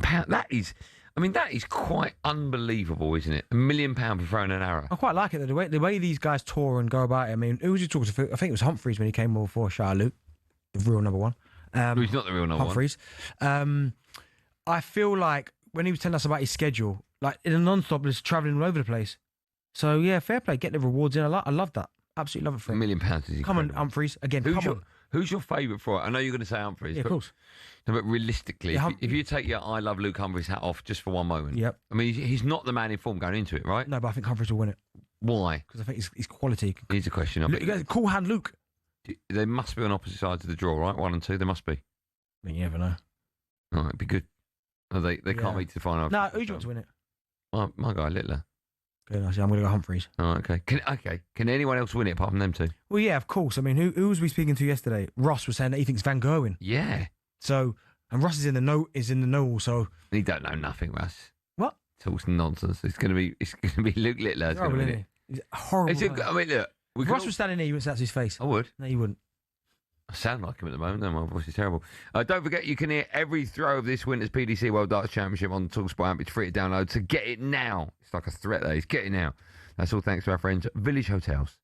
PDC World Darts Championship update on talkSPORT with Village Hotels. Hit the bullseye this Christmas with a darty party at Village. Enjoy flights of festive fun with our interactive darts lanes. Available at locations across the UK. He's the man Robbie Williams pretends to like. Give it up for Andy, the girl force, Goldstein. The man Robbie... I'd never heard that. Who wrote that? That's terrible, isn't it? The man Robbie pretends to like. He loves me, by the way, Robbie. Not likes. And Philly's mutual. I love him as well. Betty, you and I have been on air for, nearly 3 hours now. Barely mentioned Arsenal's 3-0 win away at Club Brugge. Yeah. Now, you can I ask, people in the gallery, have we all seen the goals? Have we all seen the goals? I think Martinelli's better than Noni Madueke's goals. Does anyone agree with me? No, no one's no. That helps, Jack. They're middle of the road, brilliant. No, they're both incredible goals. But Madueke's was nice. He got it almost on the touchline to go past someone, to brush them off, throw him to the ground. And then what I like about it is that he's running and he almost hits it in an unnatural kind of motion, because the ball's rolling away from him and out of nowhere he just unleashes that shot. Great goal. Martinelli's was lovely though. Cutting it on and just bending it into that far corner. But it was good. I like the changes. I know he played Norgard at centre half. I thought he went really strong in the middle of the park when he went Zubimendi, Moreno and Rice. But yeah, squad rotation. You're looking good, man. I tell you what though, big competition. I know Saka will start, but Madueke, if he keeps putting in those type of performances, I'm telling you. For who? England? Well, England. Thomas Tuchel loves him. Who, Madueke? Yeah, loves him. Start. There's no way to start Madueke over Saka. I bet you. What? You would be shocked. I wouldn't. I would be shocked. No, I wouldn't. Saka's been like England's best player for the last however many years. But the first couple of squads, Madueke was starting, scoring for England. Yeah, but that might be because Saka's been carrying it. He was out injured for a bit, Saka. There ain't no way. I don't think it's as cut and dry as you think it is. But Madueke, that's what you can do, is when you're getting the opportunities, do that. Do you think that would be wrong? What? If you pick Madueke ahead of Saka for England? Yeah, because I think Saka's better. Right. But Madueke has been very, very good for England. Very good. Scored a couple of goals. You can play him on the left, right? The two kind of not great friendlies we had where the performances weren't great, he was one of the better ones, Madueke. Yeah.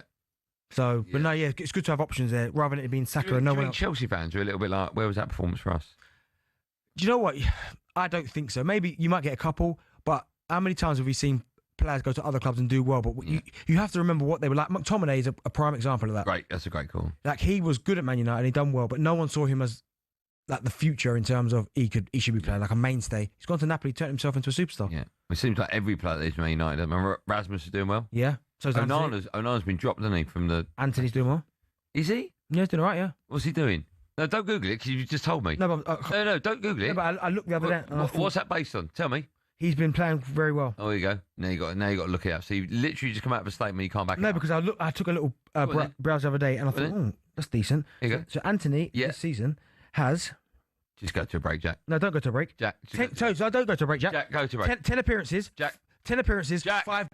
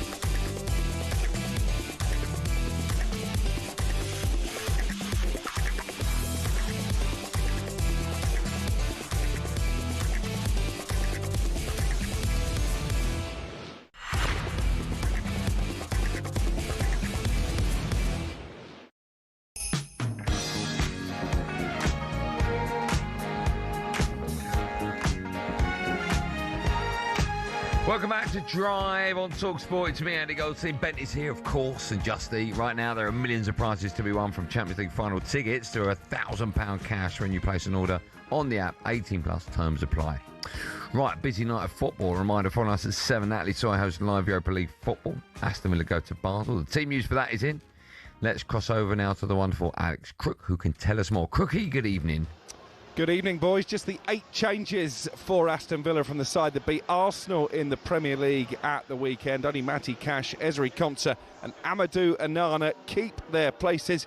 Emi Buendia, who got that dramatic late winner at Villa Park on Saturday, is amongst those who come into the lineup. So too top scorer Donyell Marlon, but there's no place in the squad for Harvey Elliott and seemingly no future for the Liverpool loanee at Villa Park. It means the team that Unai Emery has picked looks like this. Bizot, the goalkeeper, a back four of Cash, Konsa, Lindelof and Digne, Bogard and Onana in midfield, with Gussand, Buendia and Jadon Sancho getting a rare outing in behind Donyell Marlon as the lone striker. Basel's best hope of a shock win probably comes in the form of the former Liverpool and Stoke man Xherdan Shaqiri, their top goal scorer this season. As for Villa, well, it's 4 wins from 5 in the Europa League so far. Another victory on a ground where Unai Emery won the competition with Seville, beating Jurgen Klopp's Liverpool in the final back in 2016. Would pretty much rubber stamp a place in the top 8. This one live on talkSPORT. Kick-off is at 8 o'clock as Basel host Aston Villa. Cheers, Crookie. Just a quick one. So it's half-time, Dynamo Zagreb versus Real Betis. Anthony just got another one, the third one. They're winning 3-0 at half-time. Wow. Celtic there in Europa League action at home to Roma. David Tanner is watching that one for talkSPORT, and he's got the teams for us now. Hi, David.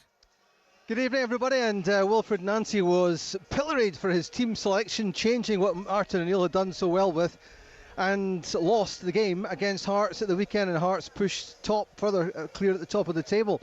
He's sticking with the same team and presumably the same formation, so he's got guts, the new Celtic manager. So they line up unchanged. Kasper Schmeichel in goal, a back three of Austin Trusty, Liam Scales, Kieran Tierney, Yang and Sebastian Tunetke in the wide areas. In central midfield, Callum McGregor and Arne Engels. The front three either side of Dyson Meyer are Rio Hatate and Benjamin Nygren. Roma, they can reach the knockout stage tonight if they win here, have made 5 changes from the team which lost 1-0 at Cagliari at the weekend. Among those going out is Kostas Tsimikas of Liverpool, and coming in for his first start since injury, Evan Ferguson, the Ireland striker at Celtic Park. He, of course, is on loan from Brighton. It's Celtic against Roma, kick-off at 8. Big fan of Ferguson, I am. Right, over on talkSPORT 2, you can hear Shelbourne against Palace in the Conference League. Kevin Atchard as the team news. Hi, Kev. Hi, Andy. Yeah, really interesting one, this. Oliver Glasner, the Palace boss, said he would go strong, and he's been pretty true to his word because he's only made 4 changes to the side that beat Fulham in the Premier League at the weekend. One of the changes is in goal as Dean Henderson makes way for Walter Benitez. Justin Devaney and Borna Sosa coming out wide to replace Nathaniel Klein and Tyreek Mitchell. And in the absence of the injured Jean-Philippe Mateta, there is a rare opportunity for Kristantas Uche to shine in attack. 3 changes for Shelbourne. Strikers Sean Boyd and John Martin come in, along with Evan Caffrey, Kelly Odubeko and Lunny all drop out. So Palace looking to take a step towards automatic qualification. Shelbourne against Crystal Palace, live on talkSPORT 2 at 8 o'clock. Tremendous. Thanks for that, Kev.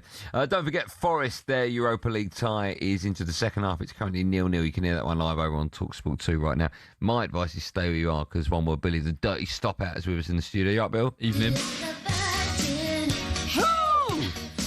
Billy got in at 5:30 this morning. Wow. Had a kebab and was sick on the platform, whatever station it was. Yeah. Was you? are disgusting. Good night, that. Well, what platform? Bit tired today. You're vile. Well, what platform? Vile, man. I'm not going to say. Does your mum know? Nah, You haven't told her yet? No. No. You alright? You had a good day? What have you been up to? Yeah. Not bad. Golden paste? Not today. I didn't really get ready this morning.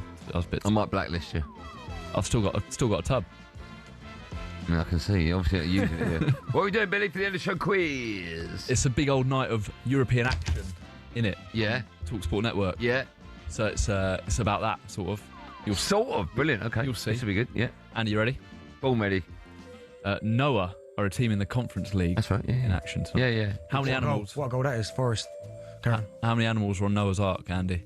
Hold on, there has been a goal in the game featuring Nottingham Forest. 51 minutes on the clock. Darren Bent is watching for talkSPORT. Benny, what happened? Yeah, it's a goal for Nottingham Forest. Kulamundu with the goal. It's really well worked, to be fair. Callum Hudson-Odoi gets the ball on that left-hand side and he cuts in. And he tries to play a little 1-2 and there was a slight bit of luck in terms of the Kulamundu finish. But it comes back to him. Yeah, slight bit of luck. Comes back to him, but he finishes it really well across the goalkeeper, just inside the box on the left-hand side. Really good goal. 1-0 Forest.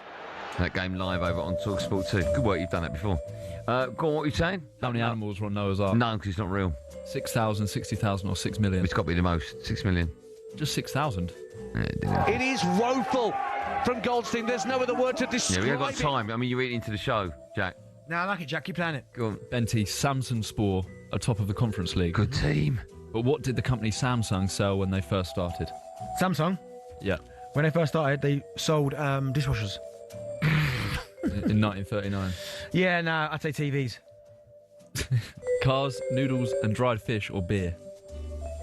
Dried fish. Yeah. Yeah, no way Billy's going to come up with that, is there? He's crumbling under the pressure here. No, okay. It's the gale All right. force. You'll be crumbling under my fist in a minute. Jack, I love it. Good. Andy, Young Boys are a side in the Europa League. Yeah. How young? Are you going to ask me where they play? Wankdor Stadium? I wasn't. Oh, okay. No, I they thought do you were going play. to make me say Wankdor Stadium. They do play there. Right. How young is the youngest person to ever climb Mount Everest? 9. 4, 8 or 13? 8. 13. Okay. It's not going well for Andy Goldstein. You can see the pressure. Billy's our show today, but not Billy. What's your name? Jack? No, it's not. No, it's not. You get a pay rise after this. Yeah. Benny, name 5 European capital cities. Oh, here we go. Paris, Fun starts. London, Yeah. Stockholm, Yeah. Munich, Berlin, Berlin, yeah. and one more. Let's go with Edinburgh. Yeah. Well done, D. Well done, man. Pretty good. All he does is just call on his experience of where he's watched football.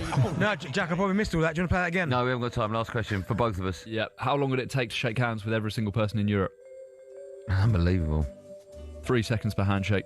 You're shaking hands for 24 hours a day. With everyone in Europe? Yeah. Right, your answer then. Yeah, it is though. What do you want it in? Days, hours? What do you want it in? Years. Hit me with that 7 years, bro. 11 years. 70 years. Oh! It's me, I want it. So I think he's going home. Oh, dear. His bottom lip is quivering.